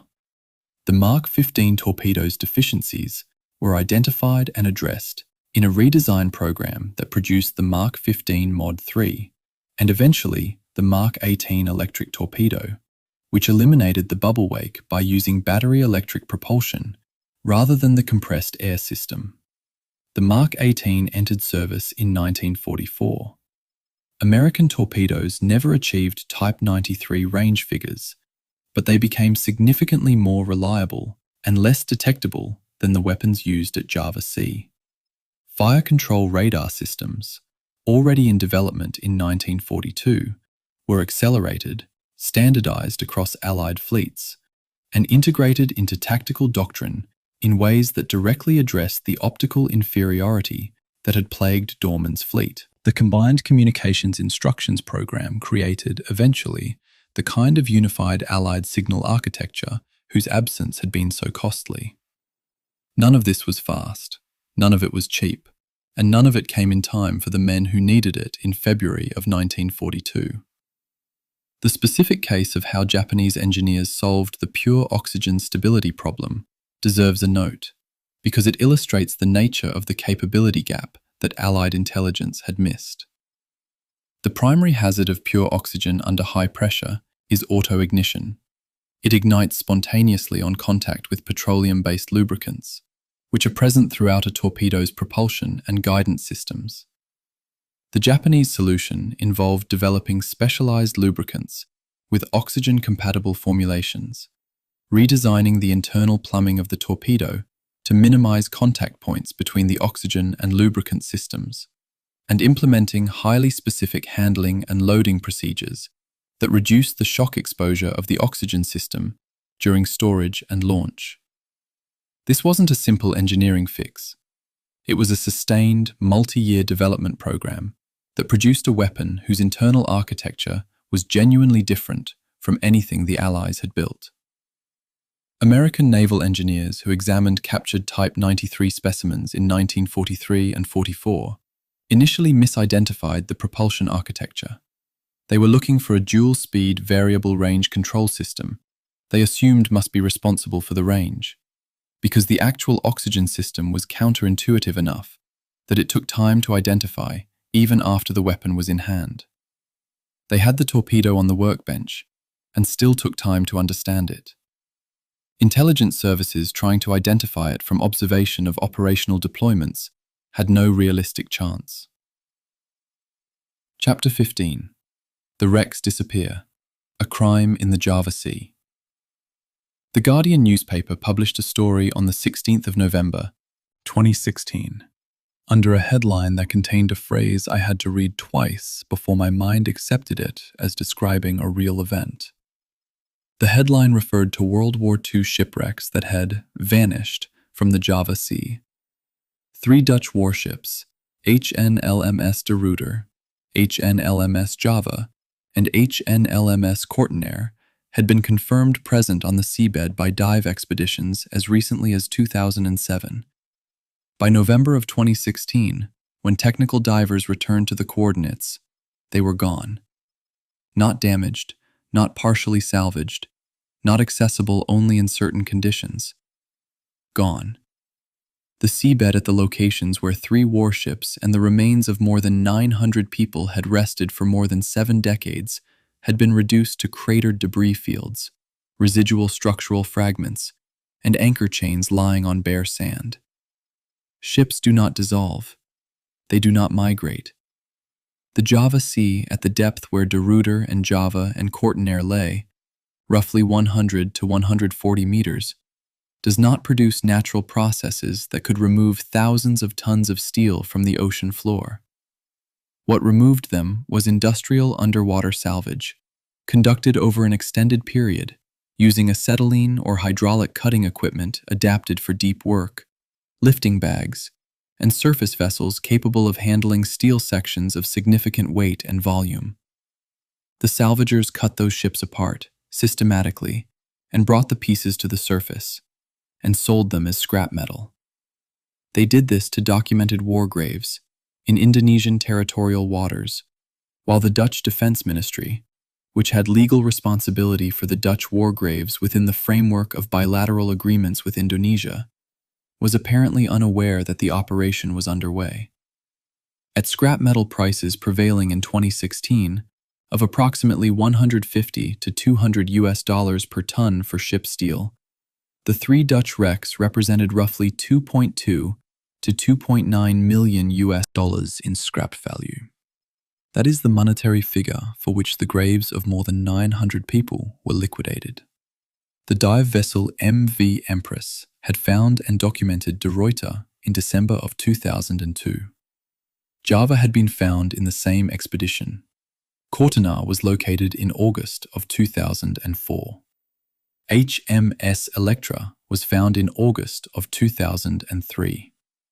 HMS Exeter and HMS Encounter were located in February of 2007.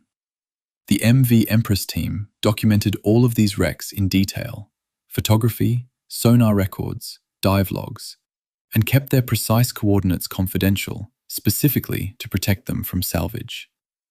The team described all the wrecks at the time of discovery as being in very well-preserved condition, consistent with the battle damage recorded in the primary source accounts. De Ruyter's bridge structure was intact.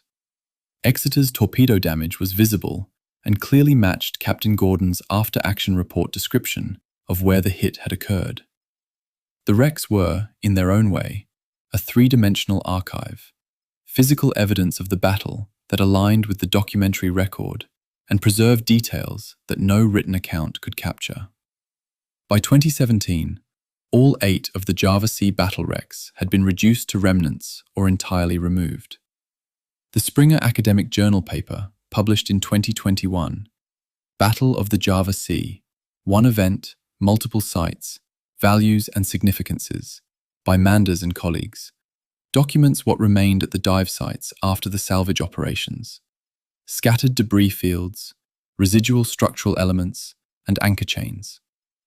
USS Pope had been largely removed by illegal salvage operations even before the MV Empress team found her remnants in late 2008. HMS Jupiter, in shallower water near shore, had been heavily salvaged for decades before anyone thought to legally protect her. The systematic clearance of the Java Sea battle wrecks was not a single event. It was a sustained operation that proceeded across years, apparently without triggering any enforcement response from Indonesian maritime authorities, and without any of the surface indicators, vessel traffic, equipment procurement, metal marketing, generating actionable intelligence for either the Dutch Defense Ministry or its partner governments. The legal framework that should have protected these wrecks was, to put it plainly, inadequate. The wrecks lay in Indonesian sovereign territorial waters. Under Indonesian national law, they had some protection as cultural heritage sites, but Indonesian law had not been systematically enforced against commercial salvage operations of this type. The UNESCO Convention on the Protection of the Underwater Cultural Heritage, adopted in 2001, and designed specifically to address situations like this, had not been ratified by Indonesia at the time of the salvage. The bilateral agreements between the Netherlands and Indonesia regarding war graves did not include an enforcement mechanism that would have detected or prevented a sustained salvage operation at depths of 100 meters or more, in a body of water that covers approximately 320,000 square kilometers. The legal architecture existed in principle. The enforcement capacity did not exist in practice. There is a son of a De Ruyter crew member whose father died in the battle on the night of the 27th of February, 1942, who had been planning for years to dive the wreck and attach a memorial plaque to the hull at the location of the torpedo hit that killed his father's ship. He was in the final stages of preparing that dive when the news came that De Ruyter was gone.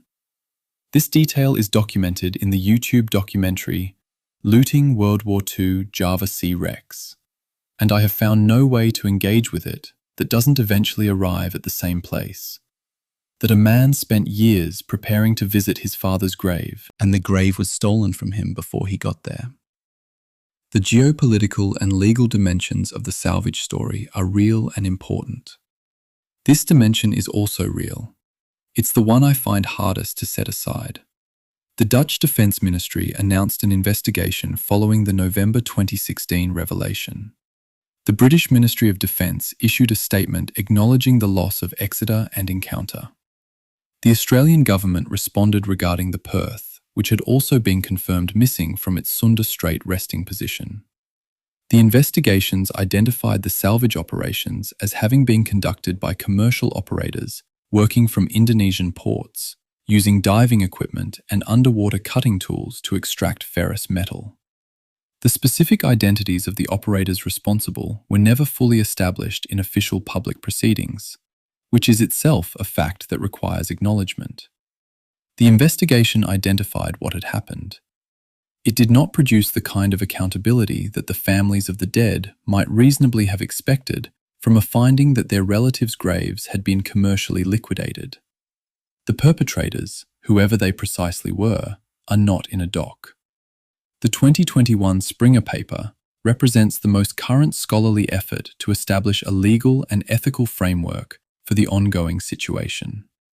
Its authors, working across naval history, maritime law, and underwater cultural heritage, argue that the Java Sea wrecks constitute a unique category of site, simultaneously military memorial, national cultural heritage of 4 different nations, underwater archaeological resource, Indonesian territorial asset, and the physical remains of identified individuals to whom surviving family members have a relationship.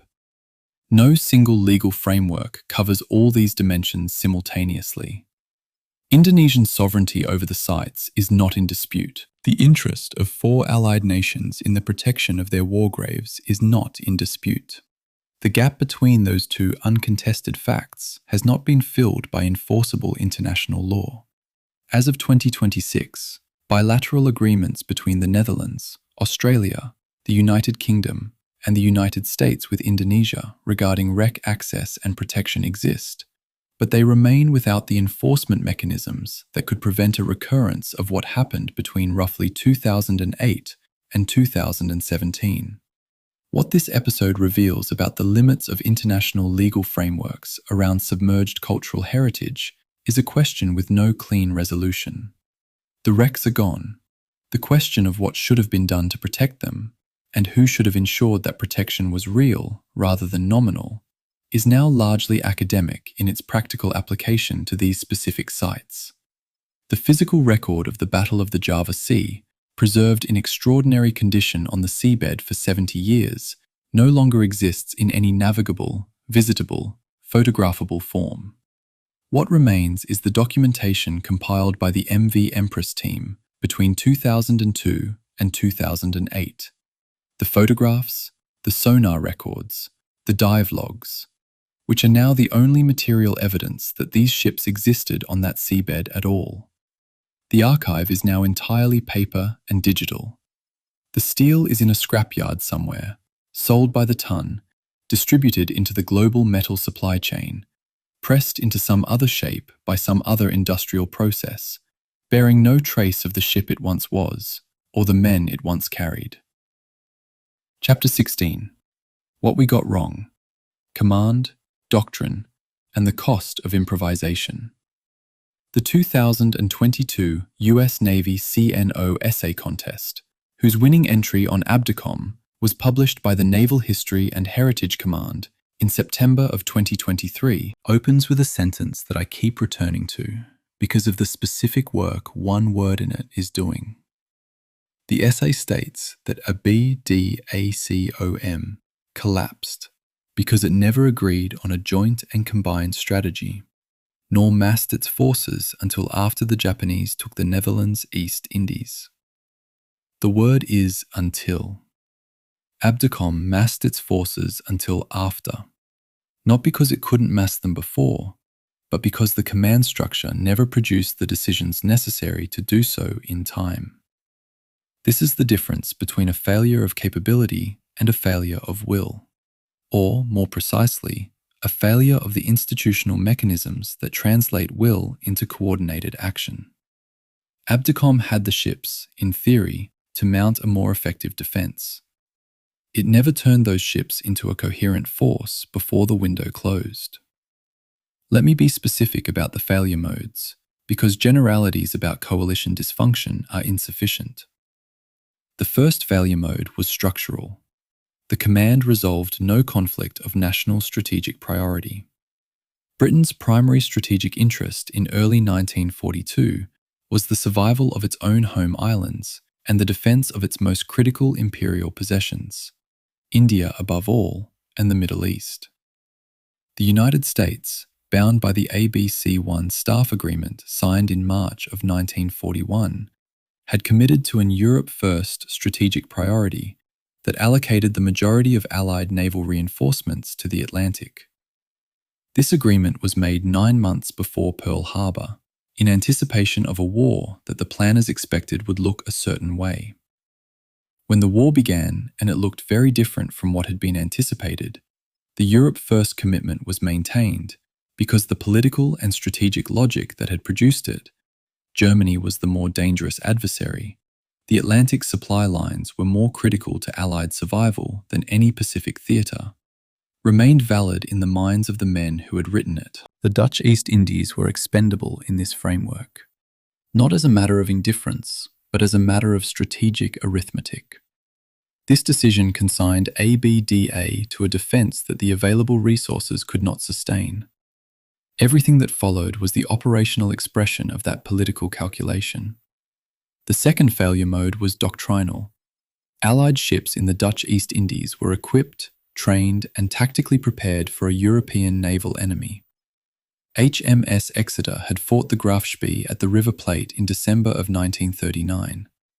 Her crew's combat experience was calibrated against German gunnery, German torpedo practice, and German tactical doctrine, which did not include sustained floatplane reconnaissance integration, oxygen propulsion long-range torpedoes, or the specific night-fighting doctrine that Japanese surface forces had developed through years of nocturnal training exercises in Pacific waters. American destroyers in the Asiatic Fleet had been prepared primarily for convoy escort and fleet screening duties in the context of anticipated Atlantic operations. Their training with the specific challenges of Pacific night combat was limited. The tactical doctrine that ABDA's ships carried into the Java Sea was not a bad doctrine. It was a doctrine for the wrong war, against the wrong enemy, fought under the wrong intelligence assumptions. The third failure mode was material, and it interacted with the first two in ways that multiplied the damage of each. The logistics system supporting ABDA was itself fragmented by the same national divisions that fragmented everything else. British supply chains ran through Singapore, which fell on the 15th of February, and then through Colombo and Fremantle. American logistics ran through the Philippines, already lost, and then through Darwin, which was rendered unusable by the Japanese raid on the 19th of February. Dutch colonial supply infrastructure in the East Indies was progressively degraded by Japanese air attack from January onward. The result was a fleet that went into its decisive engagements with degraded ammunition states, partial fuel loads, damaged equipment that hadn't been fully repaired, and no certainty of resupply. Houston's missing turret, Exeter's damaged fire control, the American destroyers' depleted torpedo loads. These weren't independent problems. They were symptoms of a logistics system that had been dismantled by Japanese air power before the surface battle began. The source conflict between the Heritage Foundation analysis and the DTIC Dutch perspective monograph on ABDACOM is worth examining directly here, because it represents a genuine historiographical disagreement that can't be resolved by simply choosing one source over the other. The Heritage Foundation argument is essentially that adequate Allied resource commitment in January and early February of 1942, specifically the carriers and additional cruisers that were discussed but not deployed, might have materially changed the battle's outcome. The DTIC monograph argues that this is strategic counterfactual reasoning that fails to account for the political reality. Europe First was not merely a strategic preference, but a fundamental commitment to an ally, Britain, whose survival was considered more important to overall Allied war-making capacity than the survival of Dutch colonial possessions. I find the DTIC argument more persuasive as a description of what actually drove Allied decision-making. But the heritage argument is asking a different question. Not what was done, but what the moral weight of the decision to sacrifice ABDA actually carried. And that question is not answered by pointing to the strategic logic that produced the decision. The Allied material that could have changed the Java Sea had it been available, the carriers, the radar-equipped cruisers, the fully stocked ammunition ships, was used elsewhere in February of 1942. Some of it went to the Atlantic. Some of it was being retained in Pacific Fleet Reserve following the Pearl Harbor losses. None of it was sent to Doorman. The men who decided where those assets went were making calculations that were, by the standards of their strategic situation, rational. The men who paid for those calculations were in the Java Sea on the 27th of February. Both things are simultaneously true, and the discomfort of holding them both simultaneously is, I think, the correct analytical position for this specific question. What the Java Sea produced institutionally, the lessons that were actually absorbed and applied, is worth tracing carefully because it is more complicated than either the lessons were learned or nothing changed. The Mark 15 torpedo was redesigned. Allied radar fire control was accelerated and standardized. The combined communications instructions provided the unified signal architecture that ABDA had lacked. Night fighting training was intensified across the US Pacific Fleet, following the Java Sea and the series of defeats at Savo Island and other Solomons engagements in the following months. These were real institutional changes that contributed to Allied naval superiority in the later Pacific War. The learning happened. But it happened slowly enough that several more disasters intervened between the Java Sea and the point at which the lessons were sufficiently integrated to prevent comparable outcomes. The Battle of Savo Island in August of 1942, another Allied naval defeat in difficult night fighting conditions against a Japanese force using superior night optics and long-lance torpedoes, suggests that the full institutional absorption of the Java Sea's tactical lessons took longer than the interval between the two battles. The Europe First strategic commitment is, in 2026, frequently discussed in the context of debates about strategic prioritization in a multi-theater security environment. And those debates are not merely academic. The logic of ABC1, concentrate resources on the most dangerous adversary, accept loss in secondary theaters, restore balance after the primary threat is contained, is a recurring template in strategic planning that produces recurring variations of the Java Sea problem. A force is assembled for a secondary theater. The resources it needs are allocated elsewhere. The force fights with what it has. It loses. The post-defeat analysis identifies the resource deficit as a contributing factor. The strategic logic that produced the deficit is maintained for the primary theater because it is, in its own framework, correct. This pattern has repeated itself enough times in modern military history that it deserves a name. The Java Sea's contribution to the pattern is to be its most complete and most rapid expression, from command formation to total destruction in approximately 8 weeks. Chapter 17. What Remains? Memory, Silence, and the Bottom of the Sea. There is no archival entry at the beginning of this chapter. The archive ends at the waterline, and what lies below it is, now, largely a cratered seabed in the Java Sea and an absence that can be documented but not restored. What I want to do in this final chapter is not summarize. Everything that needs to be said has been said, but to sit for a moment with what the Battle of the Java Sea leaves behind when you've gone through the entire record. Not what it means in the abstract, what it actually left, what is still here, what is gone. What the gap between those two inventories tells us about how wars are remembered, and by whom, and to what purpose. The first thing the Java Sea leaves behind is a casualty list that resists the closure that casualty lists usually provide. Approximately 2,300 Allied sailors died in the battle itself, across the engagements from the 27th of February to the 4th of March 1942. Roughly 600 more died in Japanese captivity over the subsequent 3.5 years.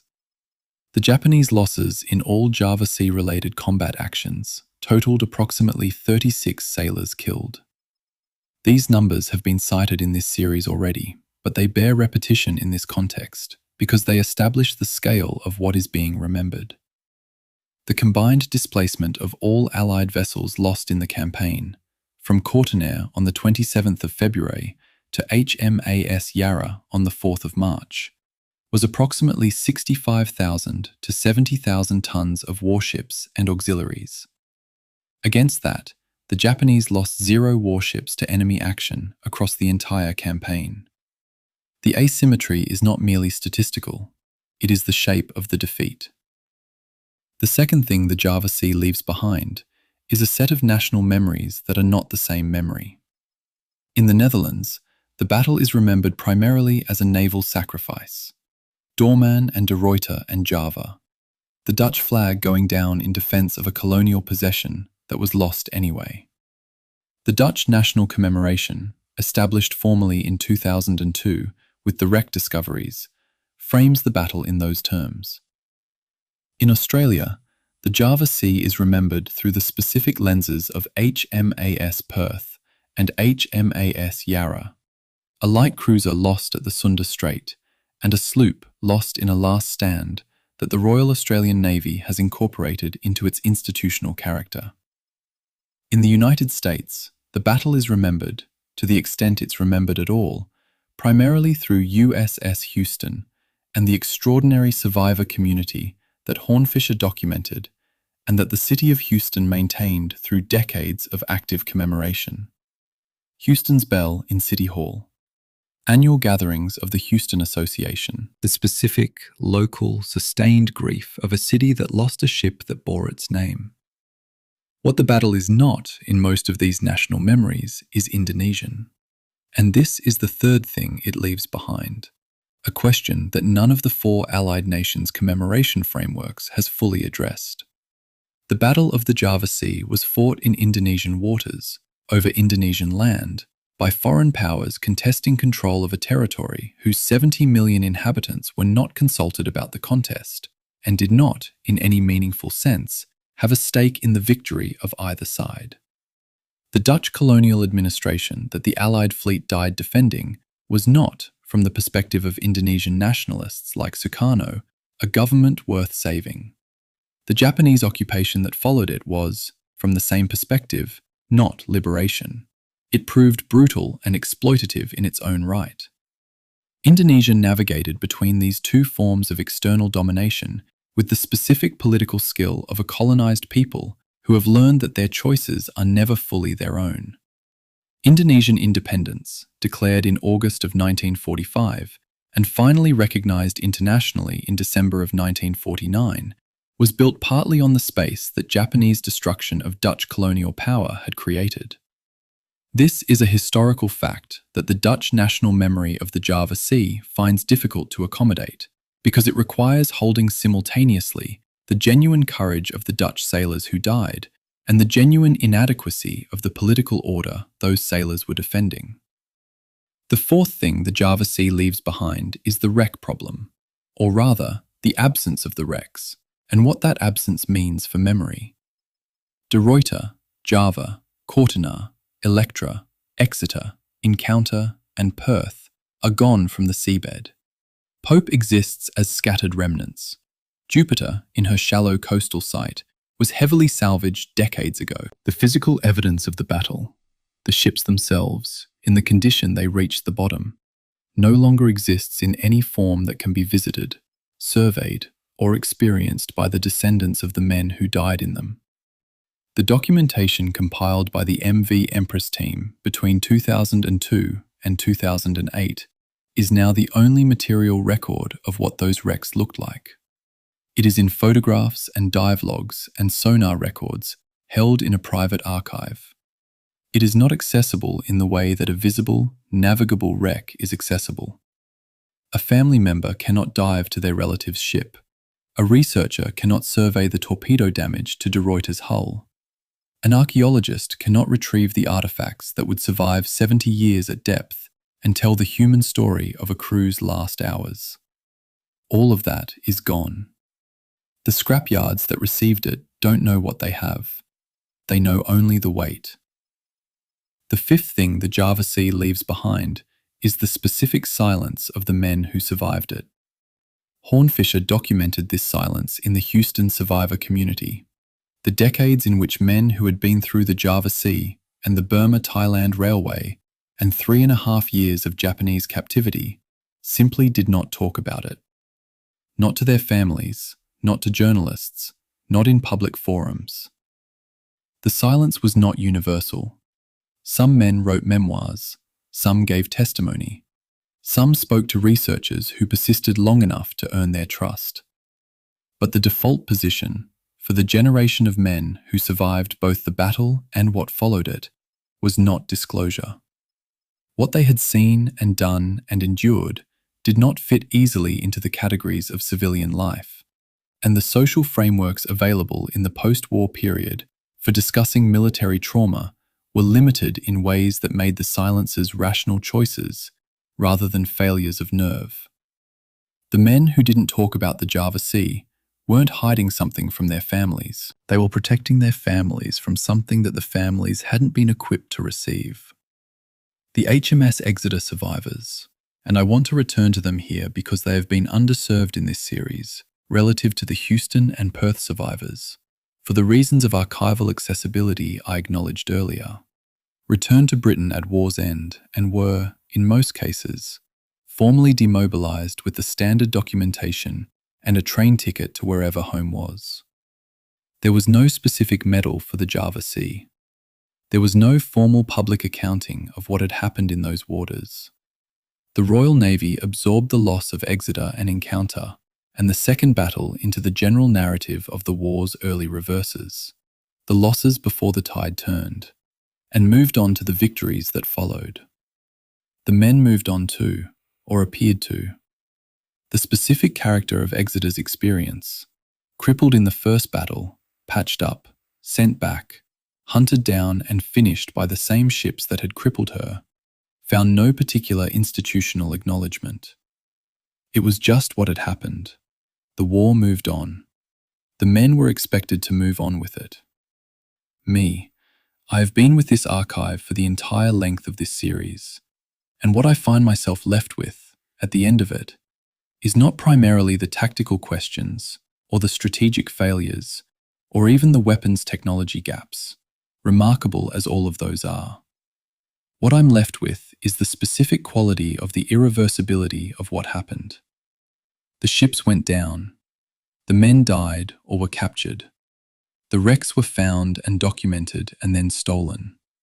The colonial empire they died defending ceased to exist within a decade of their deaths. The 4 national memories that commemorate the battle each remember it in ways that serve their own national narrative and are therefore each incomplete. The Indonesian memory barely acknowledges it. The seabed is empty.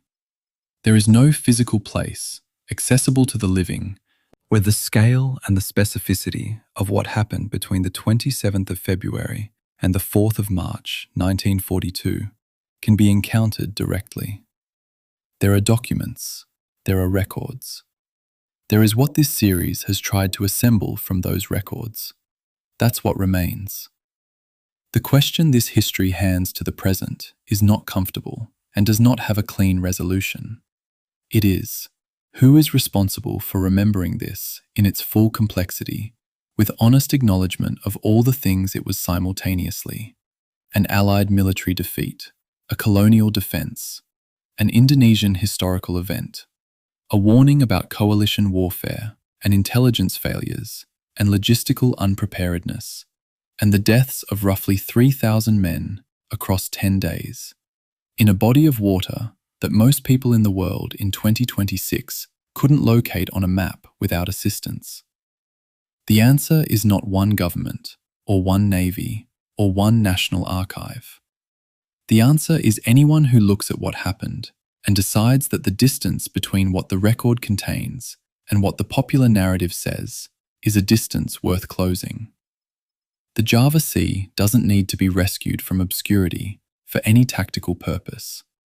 It isn't going to teach anybody anything they haven't already heard about the importance of interoperability and shared doctrine and adequate logistics. Those lessons have been institutionally absorbed, more or less, in the 8 decades since the battle. What the Java Sea needs, what any history that was this complete and this costly needs, is simply to be seen clearly. Dorman turning his 4 cruisers toward the dark. Java's magazine going up with enough force to blow 100 feet of her hull into the Java Sea. De Ruyter burning for 3 hours because her fire mains had no pressure. Exeter finding the same cruisers that had already destroyed her once, waiting for her on the 1st of March, because there was nowhere far enough to run. Yarra turning toward 30,000 tons of Japanese warships to buy time for a convoy she couldn't save. The son with the memorial plaque who had no wreck left to find.